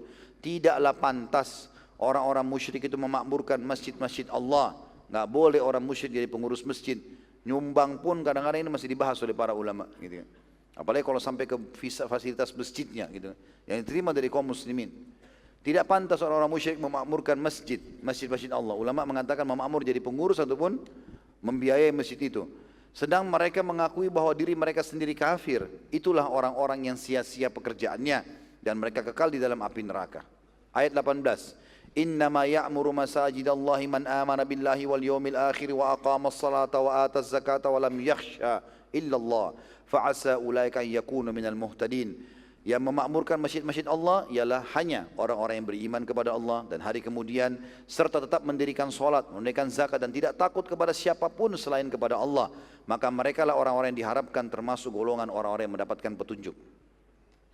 Ayat 19. Aja'altum siqayatal hajji wa imaratal masjidil harami kaman amana billahi wal yawmil akhir wa jahada fi sabilillah la yastawuna indallah wallahu la yahdil qaumal zalimin. Apakah kalian mengira, apakah orang-orang yang memberi minuman, orang-orang yang mengerjakan haji dan mengurus Masjidil Haram, kamu samakan dengan orang-orang yang beriman kepada Allah dan hari kemudian serta berjihad di jalan Allah? Enggak bisa sama antara orang musyrik, walaupun mereka kasih minum dan makan jemaah haji dulu di zamannya mereka urus Ka'bah, tidak akan sama dengan orang beriman kepada Allah hari kemudian dan berjihad di jalan Allah. Mereka tidak sama di sisi Allah dan Allah tidak memberi petunjuk kepada orang-orang zalim. Artinya Allah tentu menerima amal dari orang-orang yang beriman. Ayat 20-nya, alladzina amanu wa hajaru wa jahadu fi sabilillahi bi amwalihim wa anfusihim a'zamu darajatan indallah wa ulaika humul faizun. Orang-orang yang beriman dan berhijrah serta berjihad di jalan Allah dengan harta benda dan diri mereka adalah lebih tinggi derajatnya di sisi Allah dan itulah orang-orang yang mendapat kemenangan. Ayat 21, yubashshiruhum rabbuhum birahmatin minhu wa ridwanin wa jannatin lahum fiha na'imun muqim. Tuhan mereka menggembirakan mereka dan memberikan rahmat daripadanya, keridhaan dan surga. Mereka memperoleh di dalamnya kesenangan yang kekal. Ayat 22-nya, khalidina fiha abada innallaha indahu ajrun azim. Mereka kekal di dalamnya selama-lamanya, sesungguhnya di sisi Allah lah pahala yang besar. Ya. Tadi saya sebutkan 22 ayat ya, yang saya temukan ada 24, maaf, ada keliru. Jadi kita tambah 2 ayat lagi. 24 ayat turun, kita tambah 2 ayat. Ayat 23-nya, ya ayyuhalladzina amanu la tattakhidu aba'akum wa ikhwanakum awliya'a in istahabbul kufra 'alal iman wa man yatawallahum minkum fa ulaika humuz zalimun.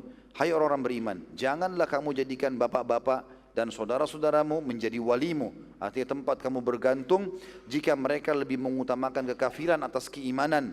Dan siapa di antara kalian yang menjadikan mereka wali, maka mereka itulah orang-orang yang zalim. Siapa yang tetap bergantung pada orang kafir walaupun dia disuruh tinggalkan agamanya, tetap dia ikuti, maka ini berarti orang-orang yang zalim.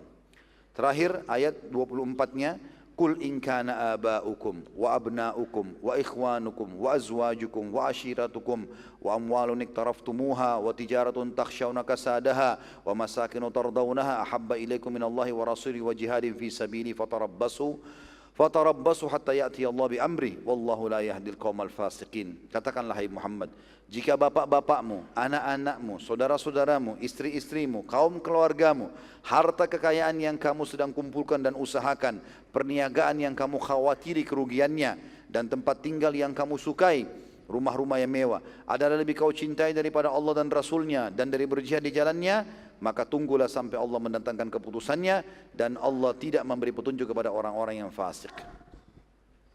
Terus saja surah At-Taubah ini terlengkapkan pada saat itu teman-teman sekalian. Kalau antum kembali membaca juga, kita lihat dari ayat 38 sampai ayat 60, semuanya ini berisikan tentang cerita kejadian-kejadian itu. Ya, sebagian potongan-potongnya sudah kita bacakan tadi, ya. Sudah kita bacakan tadi pada saat di awal-awal sebab-sebab turunnya gitu. Tapi di sini ada beberapa hal yang perlu kita garis bawahi tentang penekanan itu. Saya lanjutkan ayat tapi berbeda dari ayat 38 sampai ayat 60 surah At-Taubah untuk melengkapkan apa yang kita bahas. Ya. Tentu tadi 24 ayat yang turun pada saat perintah untuk haji ya. Nanti kita akan lanjutkan setelah baca ayat-ayat ini bagaimana Nabi SAW memerintahkan Ali bin Abi Thalib untuk menyampaikan ayat ini di musim haji. Saya bacakan dulu untuk melengkapkan bahasan tentang perang Tabuk ini dalam surah At-Taubah, masih surah At-Taubah tapi ayat 38 sampai 60 juga, Allah Subhanahu wa taala berfirman, "Ya ayyuhalladzina amanu ma lakum idza qila lakum firu fi sabilillahi tsaqaltum ilal ard araditum bil hayatid dunya minal akhirah fama mata'ul hayatid dunya fil akhirati illa qalil." Ini juga turun di perang Tabuk. Hai orang-orang beriman, apakah sebabnya bila dikatakan kepada kalian berangkatlah berperang pada jalan Allah, kalian masih merasa berat dan ingin tinggal di rumah kalian? Apakah kalian puas dengan kehidupan dunia sebagai ganti kehidupan akhirat? Tanda tanya. Padahal nikmatan dunia itu dibandingkan dengan akhirat hanyalah sedikit sekali. Tinggal tunggu masuk medan perang, ditusuk oleh musuh, selesai. Kita akan dapatkan kehidupan yang abadi di sana. Ayat 39. Illa tanfiru yu'adzibukum azaban alima wa yastabdil qauman ghairakum wa la tadurruhu syai'a. Wallahu ala kulli syai'in qadir. Subhanallah. Ini Allah kayak bicara sama kita teman-teman.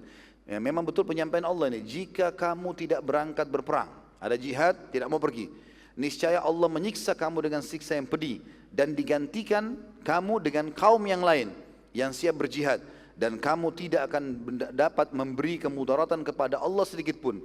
Kalau Allah susahin hidupmu, kau tidak akan bisa melawan. Allah Maha Kuasa atas segala sesuatu. Ayat 40. Illa tansuruhu faqad nasarahu Allah id akhrajahu alladhina kafaru thaniya ithnaini id huma fil ghar id yaqulu li sahibihi la tahzan innallaha ma'ana فأنزل الله سكينته عليه وأيده بجنود لم تروها وجعل كلمة الذين كفروا السفلى وكلمة الله هي العليا والله عزيز حكيم. Jikalau kalian tidak ada yang menolong Muhammad sallallahu alaihi wasallam, maka sungguhnya Allah telah menolongnya.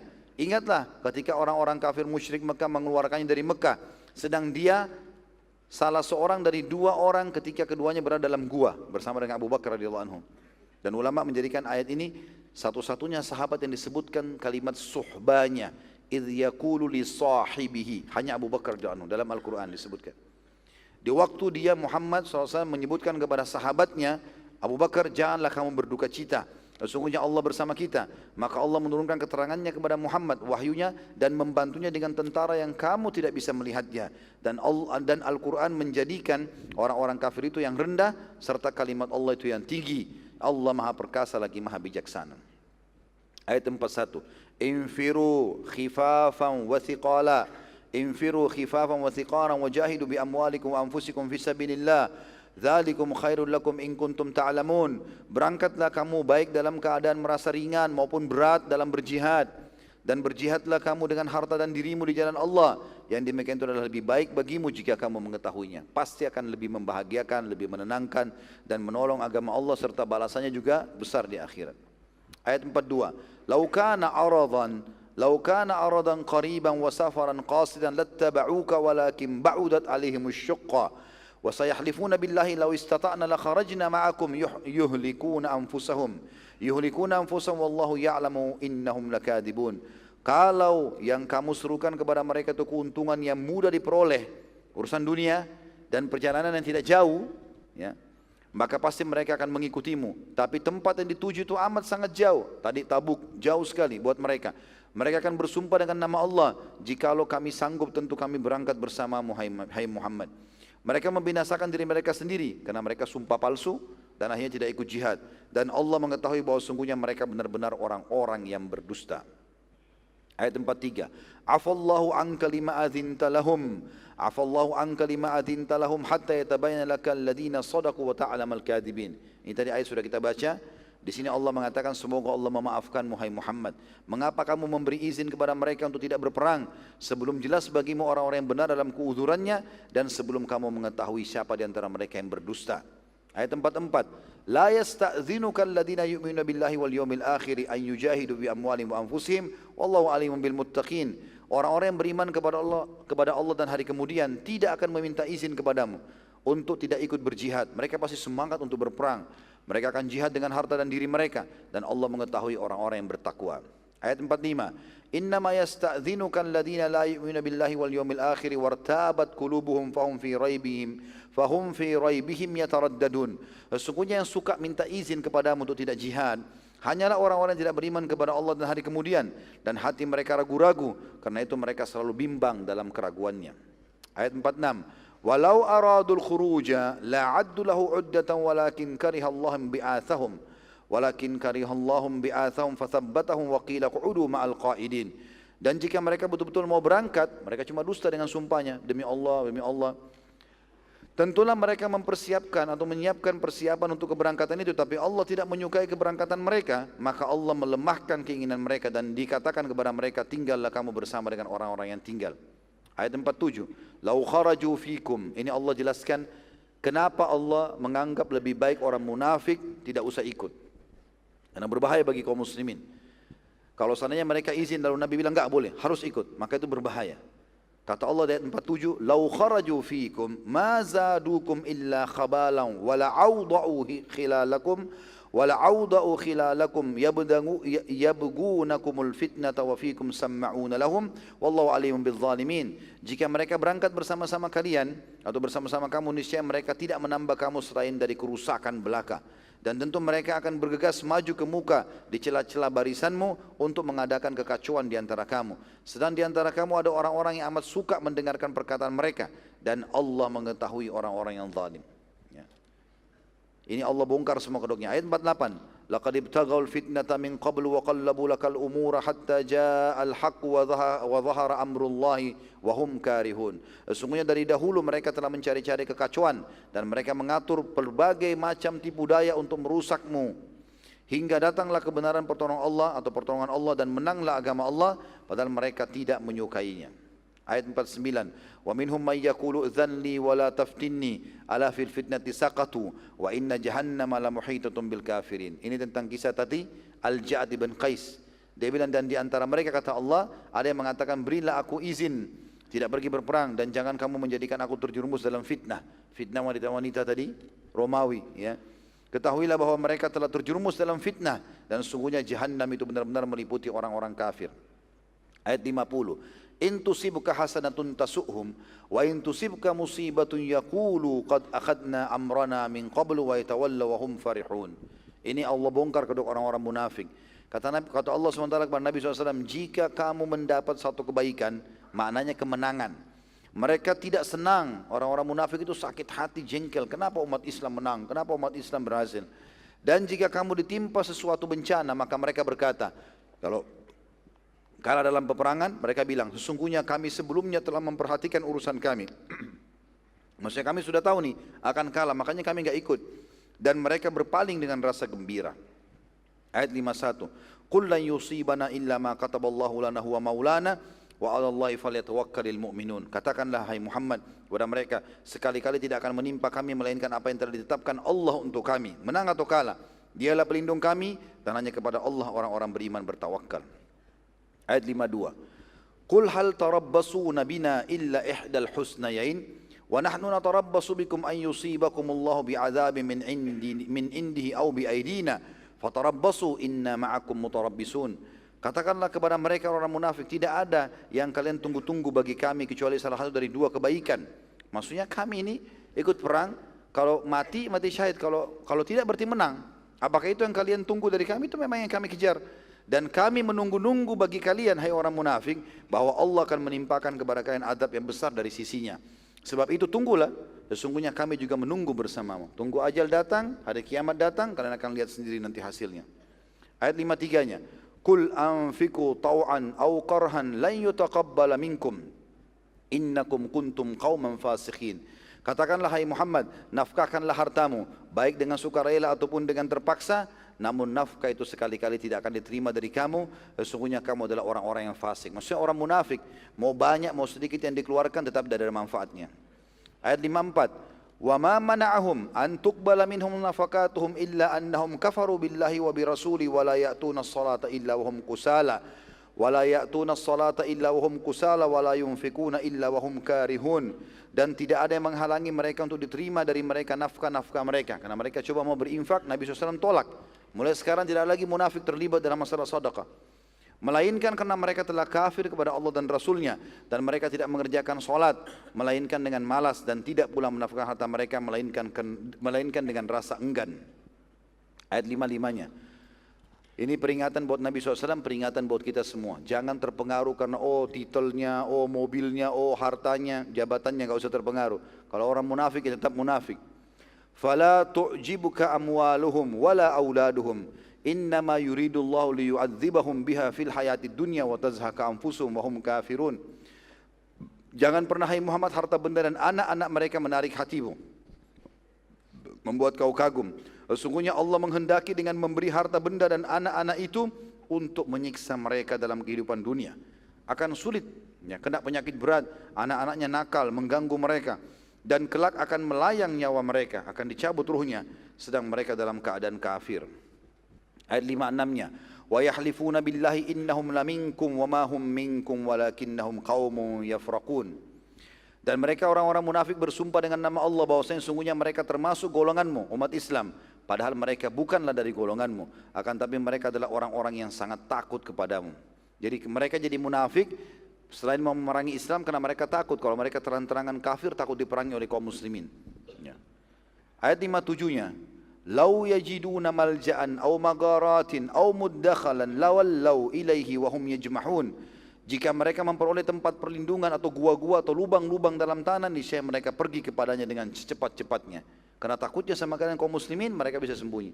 Jadi mereka cuma tahu bicara dengan lisan. Ayat 58-nya, wa minhum may yalmizuka fis shadaqati fa in u'tu minha radu wa in lam yu'tu minha idahum yaskhatun. Dan di antara mereka ada orang-orang yang mencelamu hai Muhammad tentang distribusi zakat, ya, sedekah yang dikeluarkan. Jika mereka diberi sebagian daripadanya, mereka bersenang hati, dan jika mereka tidak diberi sebagian daripadanya, serta merta mereka marah. Ayat 59. Walau annahum radu ma atahumullahu wa rasuluhu wa qalu hasbunallahu wa sayu'tina Allahu min fadli wa rasuli. Sayu'tina Allahu min fadli wa rasuli inna ila Allahi ragibun. Jika saja mereka sungguh-sungguh ridho dengan apa yang diberikan Allah dan Rasulnya kepada mereka, dan mereka berkata cukuplah Allah bagi kami, Allah akan memberikan sebagian dari karunia-Nya, dan demikian pula Rasulnya, sesungguhnya kami adalah orang-orang yang berharap kepada Allah, tentulah demikian itu lebih baik bagi mereka. Artinya kalau mereka beriman. Lalu ayat terakhir, ayat 60 dari surah Taubah ini tentu tentang orang-orang yang penerima zakat, ya. Allah SWT turunkan mengatakan innamas sadaqatu lil fuqara'i wal masakini wal 'amilina 'alaiha wal mu'allafati qulubuhum wa fir riqabi wal gharimina wa fi sabilillahi wa ibnis sabil faridatan minallah wallahu alimun hakim. Sesungguhnya zakat-zakat itu hanyalah untuk orang-orang fakir. Ini Allah sebutkan 8 golongan. Fakir adalah orang yang tidak tahu mau makan apa hari itu, apalagi besok. Namanya fakir. Susah sekali hidupnya. Orang-orang miskin, yang kedua, orang miskin punya pendapatan tapi kurang, ya. Kemudian yang ketiga, pengurus-pengurus zakat, amil zakat. Yang keempat, para mu'allaf yang dibujuk hatinya, dia masih lemah bisa murtad. Yang kelima, memerdekakan budak. Yang keenam, orang-orang yang terlilit hutang. Yang ketujuh, untuk jihad di jalan Allah. Dan yang kedelapan adalah orang-orang yang terputus jalan. Sebagai suatu ketetapan yang diwajibkan Allah, dan Allah maha mengetahui lagi maha bijaksana. Nabi SAW, teman-teman sekalian, kita kembali ke sejarah kita. Setelah menerima 24 ayat pertama At-Taubah ini, beliau mengatakan, demi Allah, harus yang menyampaikan ini ke masyarakat Mekah dan jemaah haji salah seorang dari kerabatku. Maka Nabi SAW memerintahkan Ali bin Abi Thalib radhiyallahu anhu menyusul dan bergabung dengan kafilah Abu Bakar yang sedang menuju haji. Pada saat Ali tiba di kafilah Abu Bakar, kafilah haji belum sampai ke Mekah, maka Abu Bakar bertanya, karena tahu kedudukan Ali bin Abi Thalib sebagai sepupu Nabi, anak mantu Nabi radhiyallahu anhu ajma'in, maka Abu Bakar bertanya, apakah engkau diutus memimpin kafilah atau hanya ikut kafilah ini? Artinya kalau kau diutus sebagai pemimpin, silakan pimpin. Karena sekarang Abu Bakar sebagai pemimpin. Ali menjawab, aku diperintahkan oleh Nabi SAW bergabung dalam rangka menyampaikan ke penduduk Mekah dan seluruh jemaah haji ayat-ayat 24 ayat pertama yang turun dari surah At-Taubah. Maka setiap kali jemaah haji berkumpul, waktu tiba di Mekah, Abu Bakar mengizinkan Ali radhiyallahu anhu menyampaikan ayat-ayat At-Taubah tadi. Siapapun yang belum sempat mendengar, maka disusul oleh Ali bin Abi Thalib, dicari. Mungkin ada yang belum dengar, di Mina, di Arafah, di Muzdalifah, dicari. Ali berkata, siapapun yang tidak sempat mendengar setelah khutbah Abu Bakar, baik itu di Arafah, di Mina, penyampaianku, maka aku berputar-putar di antara jemaah haji untuk menyampaikan amanah dari Nabi SAW. Setiap kali Ali selesai membaca 24 ayat At-Taubah tadi sebagai peringatan terputusnya hubungan antara orang-orang musyrik Mekah dengan Nabi SAW dan muslimin, dan mulai sekarang mereka cuma punya batas waktu aman 4 bulan, maka Nabi SAW menyampaikan pesan kepada Ali. Setelah baca ayat, sampaikan pesan ini. Selalu sampaikan kepada jemaah haji. Baca ayat, lalu sampaikan pesan ini. Pesannya adalah, tidak akan masuk surga kecuali seorang muslim. Mustahil agama lain, muslim saja. Dan tidak ada lagi tawaf di Ka'bah mulai hari ini dalam keadaan telanjang. Karena dulu mereka tawaf di Mekah telanjang, kan syaratnya dulu di Mekah kalau tawaf harus pakai baju dari Mekah. Kalau orang tidak mampu beli, dia tawaf di Ka'bah telanjang. Ya, ini salah satu tradisi mereka. Di situ dihapus oleh Nabi SAW. Tidak ada lagi tawaf telanjang. Serta siapapun yang memiliki kesepakatan damai dengan Nabi SAW, maka keamanannya sampai batas kesepakatannya. Setelah tahun ini, tidak ada lagi seorang pun selain muslim dari musyrik yang boleh haji. Terakhir ini haji mereka. Tidak ada lagi haji sekarang. Orang Islam saja yang boleh. Dan siapa yang tidak memiliki kesepakatan, maka batas waktunya di Mekah hanya 4 bulan dari sekarang. Setelahnya tidak ada lagi keamanan bagi mereka. Dan ini tentu teman-teman sekalian, inti daripada penyampaian ini, pembatalan akad Hudaybiyah. Dan ini pentingnya dalam Islam, setiap muslim peduli dengan masalah akad. Jadi antum utang piutang, apa saja, akad. Ya, usahakan ada akad. Kalau tertulis jauh lebih baik. Ya, itu diambil dari kesepakatan Hudaybiyah. Dan kalau sudah tidak lagi berjalan, batalkan. Kita batalkan kesepakatan itu ya, dibatalkan. Sebagaimana Allah SWT membatalkan kesepakatan Hudaybiyah, walaupun mereka sudah berkhianat. Secara realita lapangan, mereka sudah berkhianat. Dan Nabi SAW sudah serang Mekah. Ya, itu secara otomatis sudah batal akadnya. Tapi Allah tetap menyuruh Nabi SAW untuk menyampaikan pembatalan itu. Ya, disampaikan secara lisan. Sekarang kita masuk teman-teman sekalian ke beberapa kejadian pada tahun 9 Hijriah. Masih bisa siap dengar gak ini? Alhamdulillah. Bilang kalau lemas ya. Kalau sudah mau tidur bilang, saya juga pulang tidur. Baik, ada beberapa kejadian teman-teman sekalian di tahun 9 Hijriah ini. Sebagian ulama mengatakan bisa terjadi tepatnya setelah perang Tabuk, ya. Karena Tabuk bulan Rajab. Di tahun itu juga terjadi haji tadi dan turun ayat gitu kan. Nah, transisi antara Tabuk dan haji ini ada beberapa kejadian-kejadian. Yang pertama, meninggalnya Ummu Kalthum radhiyallahu anha, anak Nabi SAW, istri kedua dari Uthman bin Affan, dari anak Nabi SAW. Karena pertama Ruqayyah, dan Ruqayyah wafat, gitu kan. Waktu perang Badar, Ruqayyah sempat sakit, gitu. Dan Utsman bin Affan tidak hadir karena Nabi SAW menyuruh menjaganya.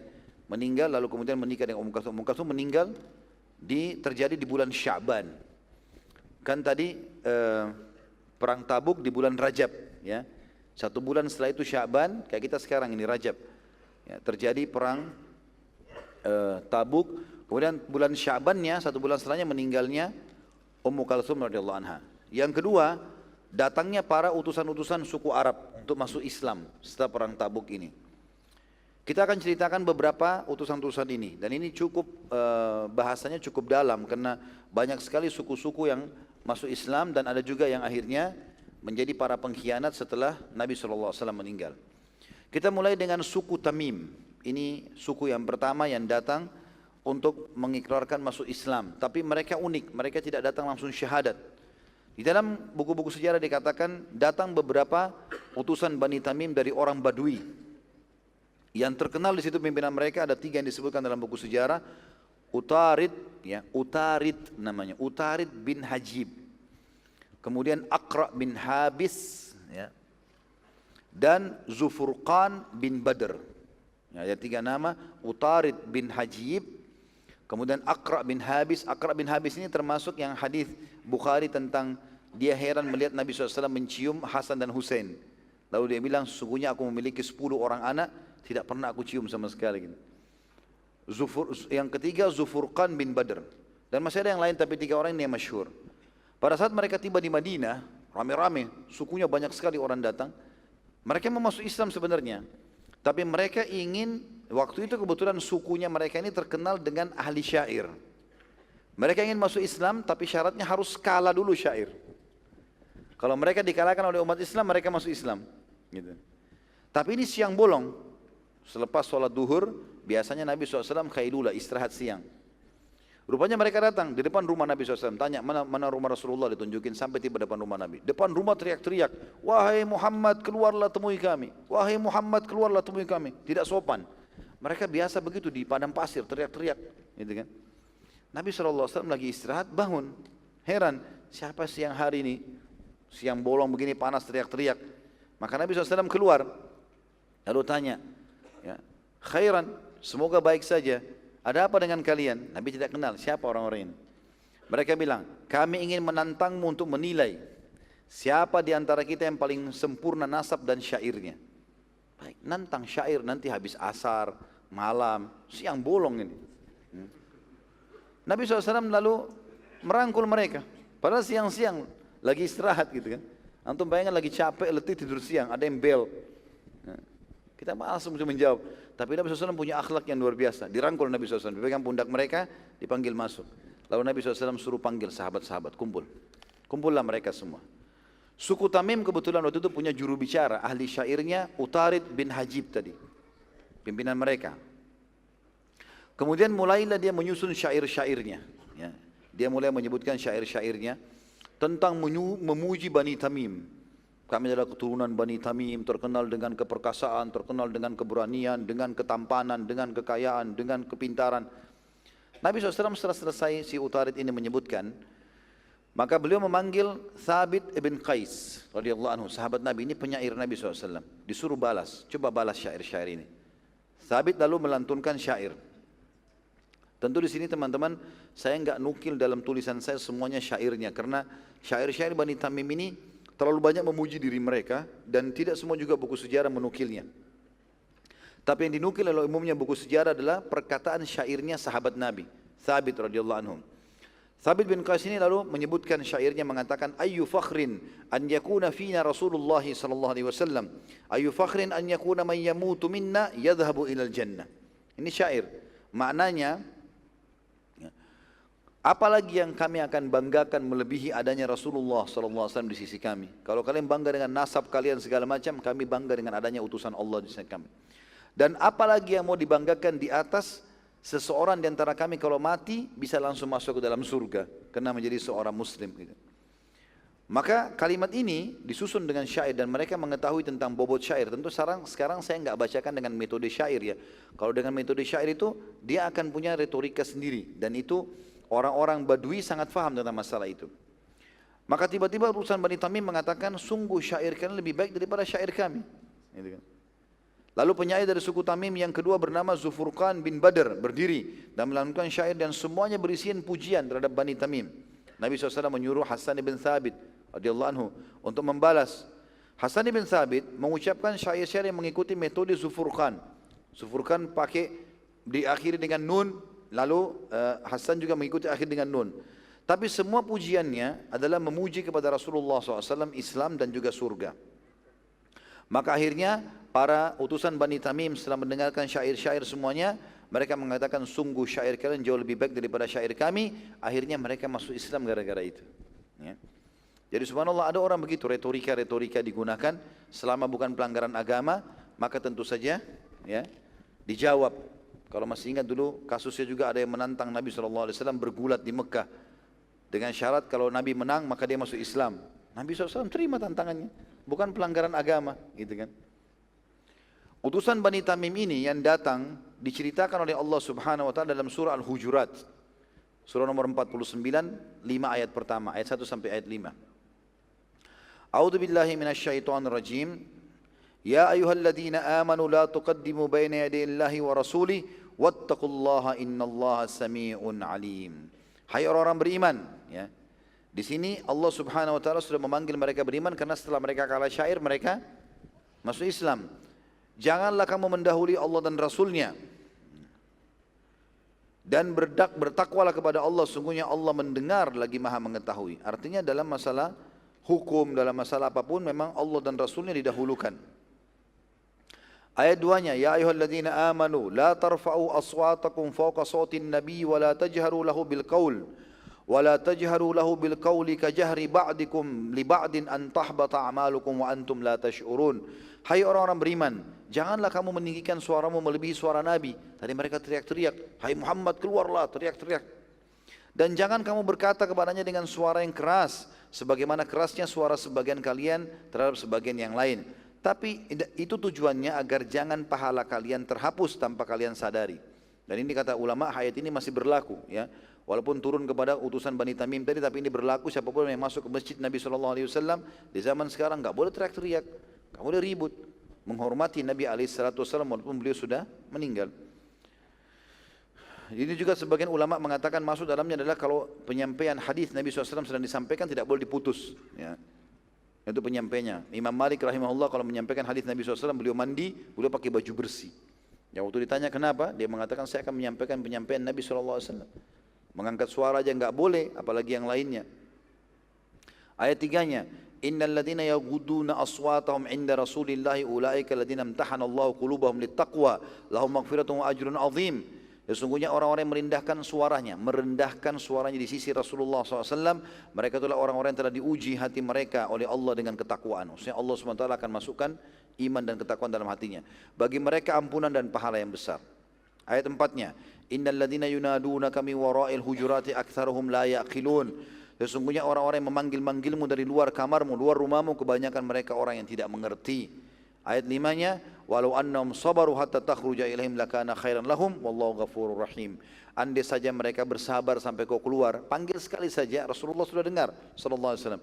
Andai saja mereka sabar sampai kau keluar menemui mereka, sungguhnya itu lebih baik bagi mereka, dan Allah Maha Pengampun lagi Maha Penyayang. Itu utusan yang pertama, suku Tamim. Yang kedua, suku Hanifah. Suku Hanifah adalah suku yang besar dan memiliki anggota sekitar 100.000 orang. Mereka semua siap masuk Islam. Satu suku semua siap masuk Islam. Dan mereka mengutus para pemuka mereka untuk masuk Islam terlebih dahulu di Madinah. Nanti pulang baru mereka ikuti masuk Islam pimpinan mereka. Di antara utusan mereka, pimpinan mereka adalah seseorang yang bernama Musailamah Al-Kadzab. Musailamah. Nanti dapat julukan Al-Kadzab ini. Di awalnya dia datang ke Madinah, utusan kaumnya untuk syahadat. Itu. Yang nanti Nabi SAW berikan julukan Al-Kadzab karena dia mengaku sebagai Nabi palsu. Dia dari suku Hanifah.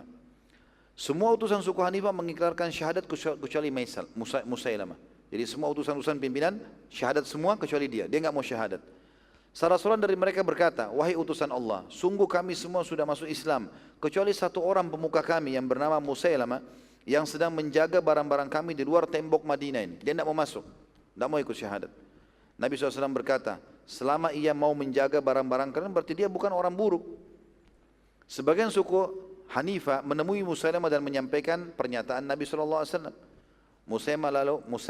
Musailamah lalu menunggangi statement itu. Memang dia tadi ini jadi orang buruk nanti.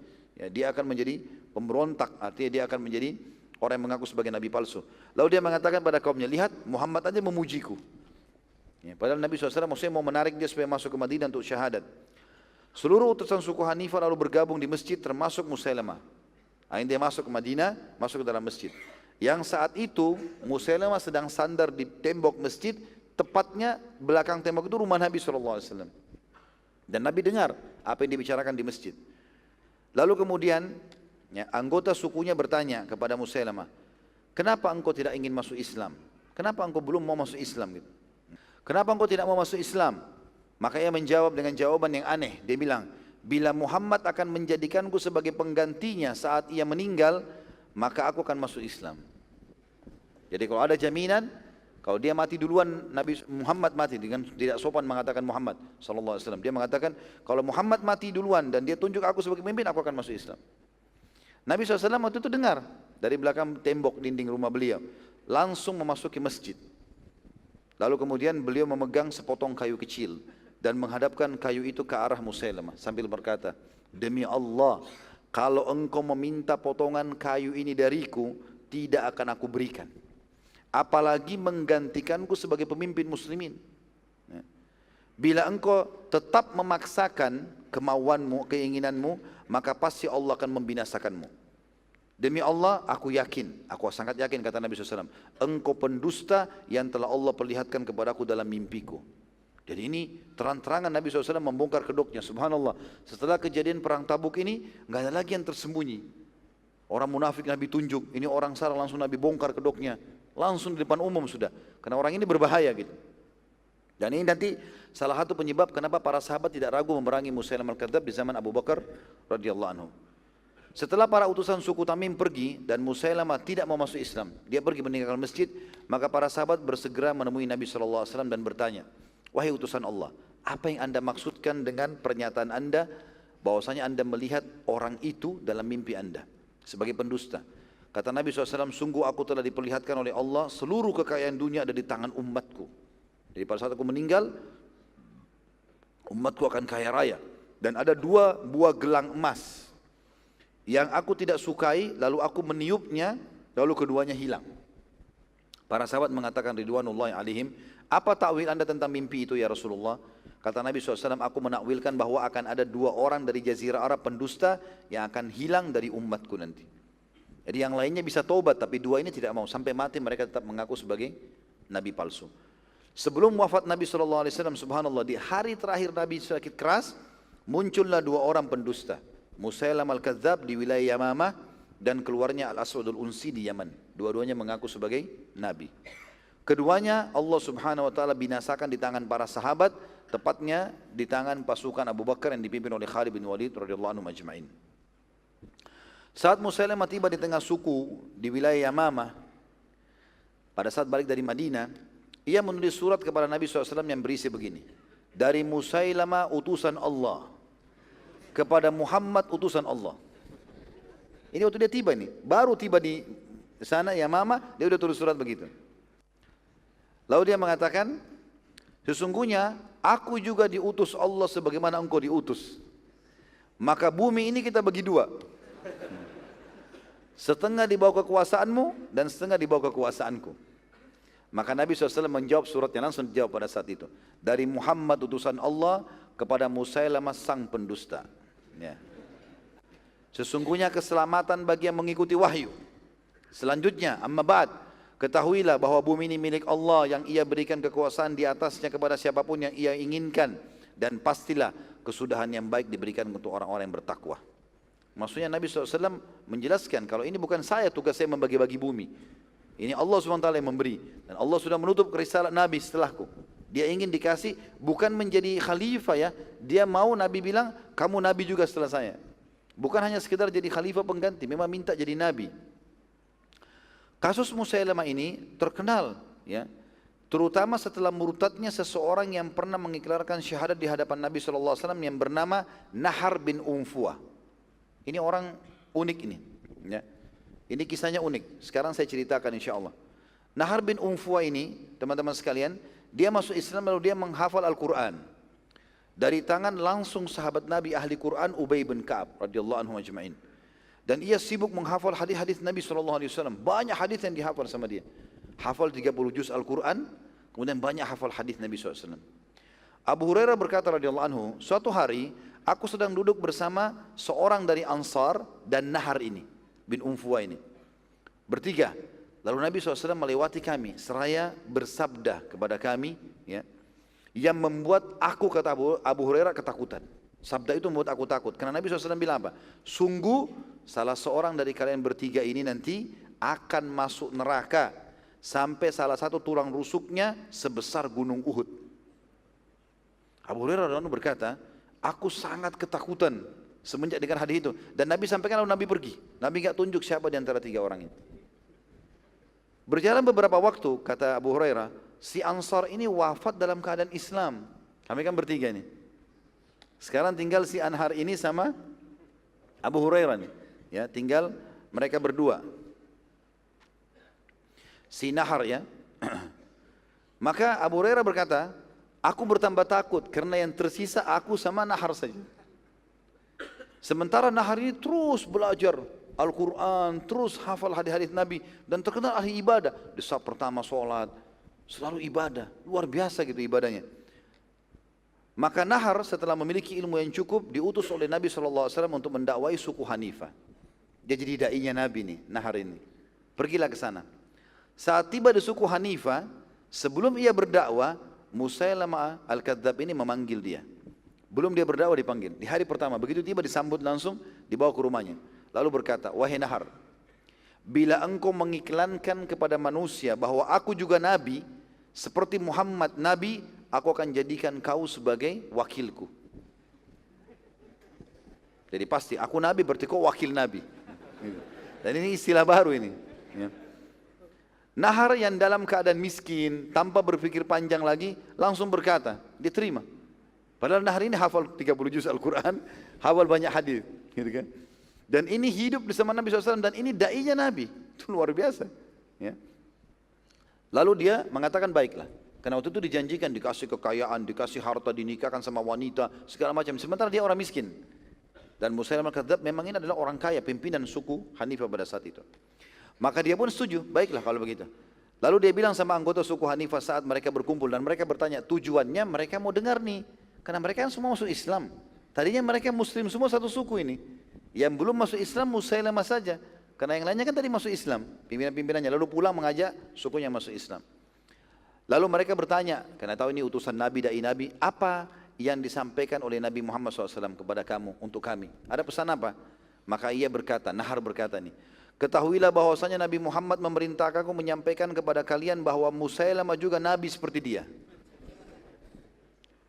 Dengan pernyataan ini, seluruh suku Hanifah murtad. Dan akhirnya mengakui Musailamah sebagai Nabi. Bayangkan, bagaimana dia nggak masuk neraka orang ini? Ya. Subhanallah, benar-benar kita tidak bisa menilai orang hanya spontan dari penampilannya. Karena bertahannya iman dalam hati yang menjadi tolok ukur. Antum kalau sudah benar teman-teman di jalan Allah ini, tugasnya istiqomah dan sampai mati. Nggak ada negosiasi. Nggak ada lagi main-main. Nggak ada lagi coba-coba dosa, udah selesai. Istiqomah sampai mati, karena ini bahaya. Ada orang subhanallah terus amal ahli surga, akhir hidupnya dia tutup dengan maksiat. Meninggal dalam keadaan itu, naudzubillah. Ada orang sebaliknya, ahli neraka perbuatannya, tapi di akhir hidupnya dia taubat, lalu dia masuk surga. Maka harus hati-hati. Pelajaran besar dari Nahar ini, sahabat Nabi loh, da'inya Nabi, murtad, subhanallah. Yang ketiga suku Tai. Nabi SAW mengirim juga pasukan menyerang wilayah Tai pada saat itu. Adi bin Hatim, pemimpin suku Tai, menyampaikan kepada beberapa pendeta yang tinggal di gereja, ini orang-orang Nasrani mereka, tapi turunan Arab. Adi bin Hatim, ini pemimpin mereka, menyampaikan kepada beberapa pendeta yang tinggal di gereja sekitar pintu gerbang kota Tai, kalau kalian melihat pasukan muslimin, maka beritahukan kepada saya. Pada saat mereka melihat bendera kaum muslimin, maka pendeta-pendeta tidak ngerti kenapa Adi bin Hatim minta disampaikan.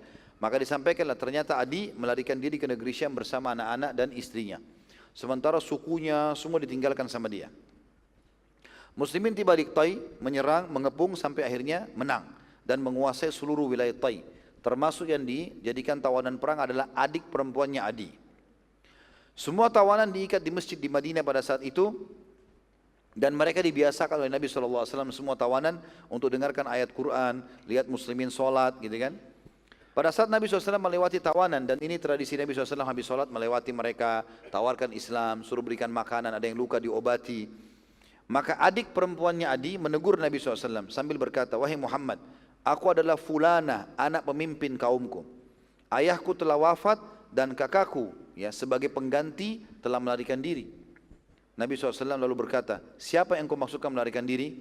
Kata si perempuan tadi, Adi, kakakku, Adi bin Hatim. Nabi SAW bersabda, Adi bin Hatim yang telah lari meninggalkan Allah dan Rasulnya. Jadi dia gara-gara takut masuk Islam, akhirnya dia lari. Wanita tersebut terdiam. Hal serupa terjadi sampai 3 hari berturut-turut. Lalu Nabi SAW berkata, kalau engkau kami bebaskan, silakan, tidak apa-apa, pergilah. Dan kalau kau ketemu sama Adi, sampaikan, kalau dia mau masuk Islam, kami akan muliakan. Karena ini pimpinan kaum. Wanita itu lalu syahadat gara-gara lihat akhlak Nabi SAW, dan dia berkata, wahai utusan Allah, bila ada kafilah yang akan ke negeri Syam, izinkan aku ikut. Karena aku ingin menemui Adi untuk menyampaikan keislamanku ini, dan aku akan mengajak dia masuk Islam. Maka Nabi SAW mengatakan, baiklah. Pada saat ada kafilah mau pergi, Nabi SAW izinkan wanita tersebut pergi, lalu dia pun menemui Adi kakaknya. Maka ia berteriak dengan suara keras pada saat melihat Adi dari jauh. Dia mengatakan, wahai zalim, wahai pengecut, engkau telah meninggalkan kami dan hanya membawa istri dan anak-anakmu saja. Maka Adi berkata, sungguh benar semua yang kau ucapkan, aku yang salah. Gitu kan. Di sini teman-teman sekalian perlu juga kita ambil pelajaran dari kisah ini, sedikit saja ibrahnya di situ. Kalau orang salah dan mengakui salah teman-teman, bagaimanapun marahnya orang yang sedang benar, dia bisa lunak. Tapi yang jadi masalah kalau antum salah, antum tidak mau mengakui, gitu kan. Si adik di sini, adiknya lagi marah, tapi akhirnya dia jadi lunak. Lalu dia mengatakan, wahai adik, sesungguhnya aku telah datang dari sisi manusia yang sangat baik. Belum pernah aku menemui manusia seperti Muhammad. Orangnya santun, baik, tawanan dikasih makan. Saya pun dibebasin sampai saya masuk agamanya. Adik berkata, adikku termasuk manusia yang berakal. Lalu aku bertanya padanya, apa pendapatmu kalau begitu? Jadi maksudnya adiknya ini memang wanita yang dewasa. Biasa diajak musyawarah sama adik. Lalu adik bilang, adikku ini berakal, kok bisa dia syahadat? Saya mau tanya, apa pendapatmu sekarang? Apa saranmu? Kata adiknya, Muhammad hanya satu dari dua keadaan. Kalau bukan nabi maka raja, nggak ada yang lain. Bila nabi, maka demi Allah kemuliaan mana yang bisa mengalahkan engkau menjadi sahabatnya? Bila ia raja, maka demi Allah aku mendapatinya manusia yang sangat dermawan, maka tidak ada kebaikan yang akan terharamkan untukmu. Kau akan dapat semuanya. Adi berkata, demi Allah, ini benar-benar pendapat yang sangat bijak. Maka dia pun akhirnya ikut bersama adiknya menuju ke kota Madinah. Waktu Nabi SAW melihatnya, Nabi SAW menyambutnya dengan gembira. Lalu karena Adi salah satu pimpinan Arab, lalu kemudian Adi pun mengatakan, aku lalu diajak oleh Nabi SAW menuju ke rumahnya. Belum syahadatin. Aku berkata dalam diriku, aku ingin menilai apakah Muhammad Nabi atau Raja. Saat sedang berjalan menuju ke rumah Nabi SAW, tiba-tiba di tepi jalan terdapat seorang wanita tua yang menahan tangan Nabi SAW. Seraya berkata, wahai utusan Allah, sungguh aku memiliki hajat dengan anda. Maka Nabi SAW menyeberang jalan bersama wanita tua tadi, lalu kemudian menyelesaikan hajat wanita tersebut. Lalu kemudian kembali lagi menemui Adi yang sedang menuju ke rumah ini. Kata Adi, aku lalu menunggu sangat lama dan aku berkata, demi Allah ini sama sekali bukan perilaku para raja. Enggak ada raja mau ditarik tangannya sama masyarakat, lalu diajak nyebrang jalan lalu disampaikan hajatnya. Sebagaimana banyak pemuka kaum melakukan. Lalu kemudian aku pun bertanya-tanya dalam diriku, ini tahap dia masuk Islam. Setelah kami tiba rumah, setelah aku tiba di rumah Nabi SAW, demi Allah ternyata rumah beliau sama sekali tidak ada apa-apa, kecuali hanya tikar dari ayaman pelapa kurma dan juga beberapa perabot rumah yang sangat sederhana. Ini pasti juga bukan rumah raja, tapi ini rumah Nabi. Kalau raja pasti istana yang besar. Saat akan duduk, Nabi SAW menyerahkan tikar kepadaku. Tikar cuma satu, Nabi SAW kasih tikar kepada dia. Lalu berkata, duduklah di atasnya. Aku lalu berkata, anda saja yang duduki. Kata Nabi SAW, engkau saja yang duduki. Terus saja Nabi SAW memaksakannya padaku sampai akhirnya aku mendudukinya. Dan Nabi SAW duduk di atas tanah tanpa pelapis. Maka aku berkata, demi Allah ini sama sekali bukan perilaku para raja, tapi jelas dia seorang Nabi. Adi lalu melanjutkan cerita masuk Islam, dia mengatakan, lalu Nabi SAW menyampaikan sesuatu yang membuatku kaget. Ia mengatakan, wahai Adi, bukankah engkau penganut agama Rakusiyah? Perlu kita garis bawahi, agama Rakusiyah ini dalam bahasa Arab ya, bukan bahasa Indonesia, bahasa Indonesia rakus gitu. Ya. Ini agama Rakusiyah ini ada istilah dulu transisi antara agama orang Yahudi dan orang Nasrani. Ada agama di tengah-tengah dinamakan Rakusiyah. Itu setelah Nasrani ada, nggak ada lagi orang yang mau ikutin sebenarnya. Dan Adi ini rupanya dia berkedok Nasrani tapi dia beragama Rakusiyah itu.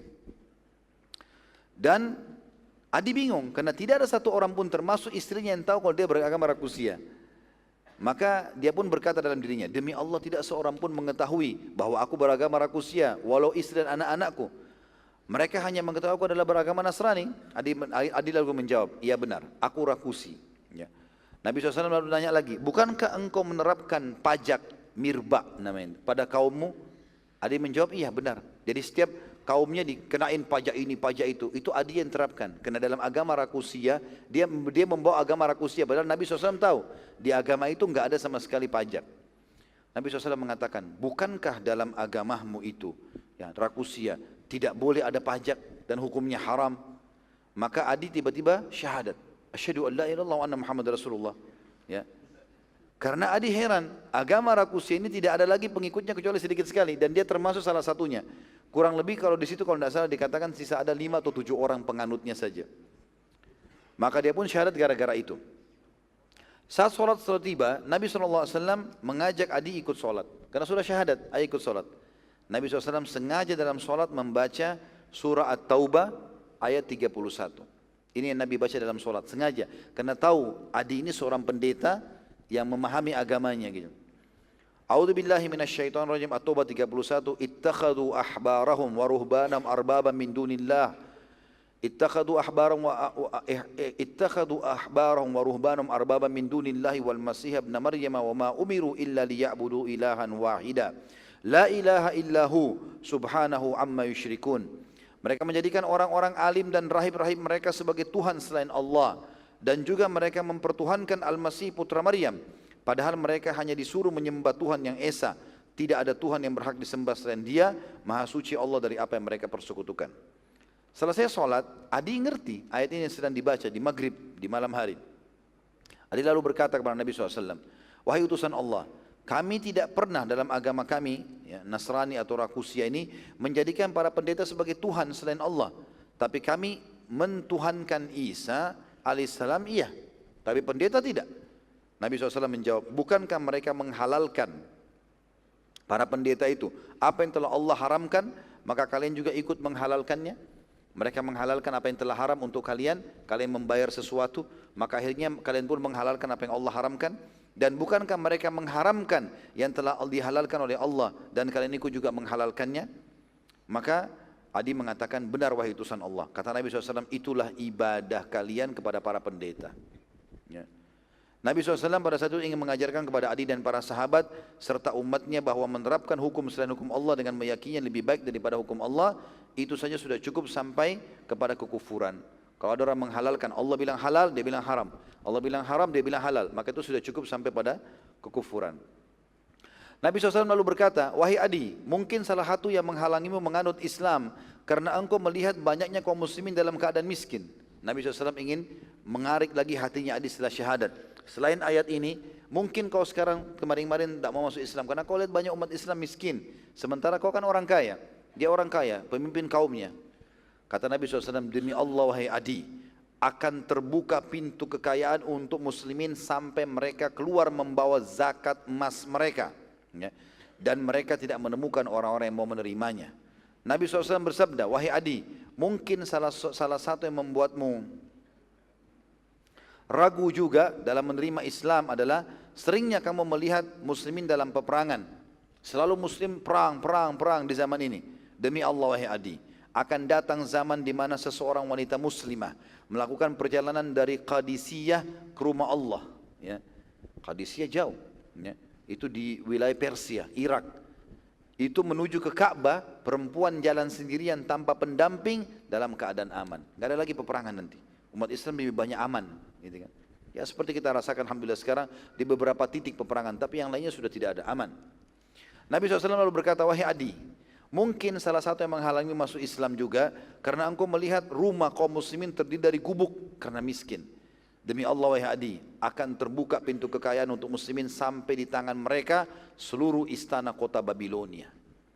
Maka Adi pun berkata setelah meninggalnya Nabi SAW, imannya dia sudah kokoh, dia ikut dalam peperangan di zaman Abu Bakar, di zaman Umar. Tepatnya waktu menuju ke Persia, Adi bin Hatim ini ikut dan bahkan jadi pemimpin perang. Maka kata Adi, demi Allah, Allah telah memanjangkan umurku dan aku sampai melihat dengan mata kepalaku sendiri bagaimana istana-istana kota Babylon di tangan muslimin. Dan aku juga melihat sendiri dengan mata kepalaku perempuan berangkat sendirian dari Qadisiyah, Irak menuju ke Mekah dalam keadaan aman. Dan demi Allah, Adi berkata, yang ketiga, andai saja aku hidup, pasti aku akan mendapatinya. Tapi ternyata dia meninggal sebelum mendapatkan yang ketiga itu. Jadi ini kisah tentang suku Adi tadi ya. Jam berapa ini? Masih bisa nggak? Sampai jam 9 ya? Baik, ini sudah jam 9. Baiklah kalau gitu, insya Allah kita lanjutkan besok pagi bi'inillahi ta'ala. Habis subuh nanti lanjutan tentang beberapa suku ya. Walaupun tadinya saya berharap sebenarnya malam ini kita bisa menyelesaikan suku-suku ini semuanya. Karena kita masih harus masuk ke masalah haji wada'nya Nabi SAW. Kemudian prosesi-prosesi sebelum itu, lalu setelah itu, lalu kemudian kematian Nabi SAW, ini semuanya seharusnya bisa diselesaikan. Karena kalaupun tidak diselesaikan maka dikhawatirkan bulan-bulan akan datang juga akan sangat sedikit bahasan yang dibahas pada sirah ini. Dan saya rencana insya Allah mau menyelesaikan. Mudah-mudahan Allah mudahkan biidznillah. Baik, begitu saja insya Allah. Untuk pertanyaan mungkin kita akan berikan kesempatan pada keesokan harinya. Mudah-mudahan nanti ada waktu. Begitu saja, mudah-mudahan bermanfaat dan sampai ketemu besok insyaAllah. Mudah-mudahan Allah mudahkan kita semua bisa menghadiri dan menyelesaikan materi sirah ini. Subhanakallahumma bihamdika asyhadu an la ilaha illa anta astaghfiruka wa atubu ilaik. Wassalamualaikum warahmatullahi wabarakatuh.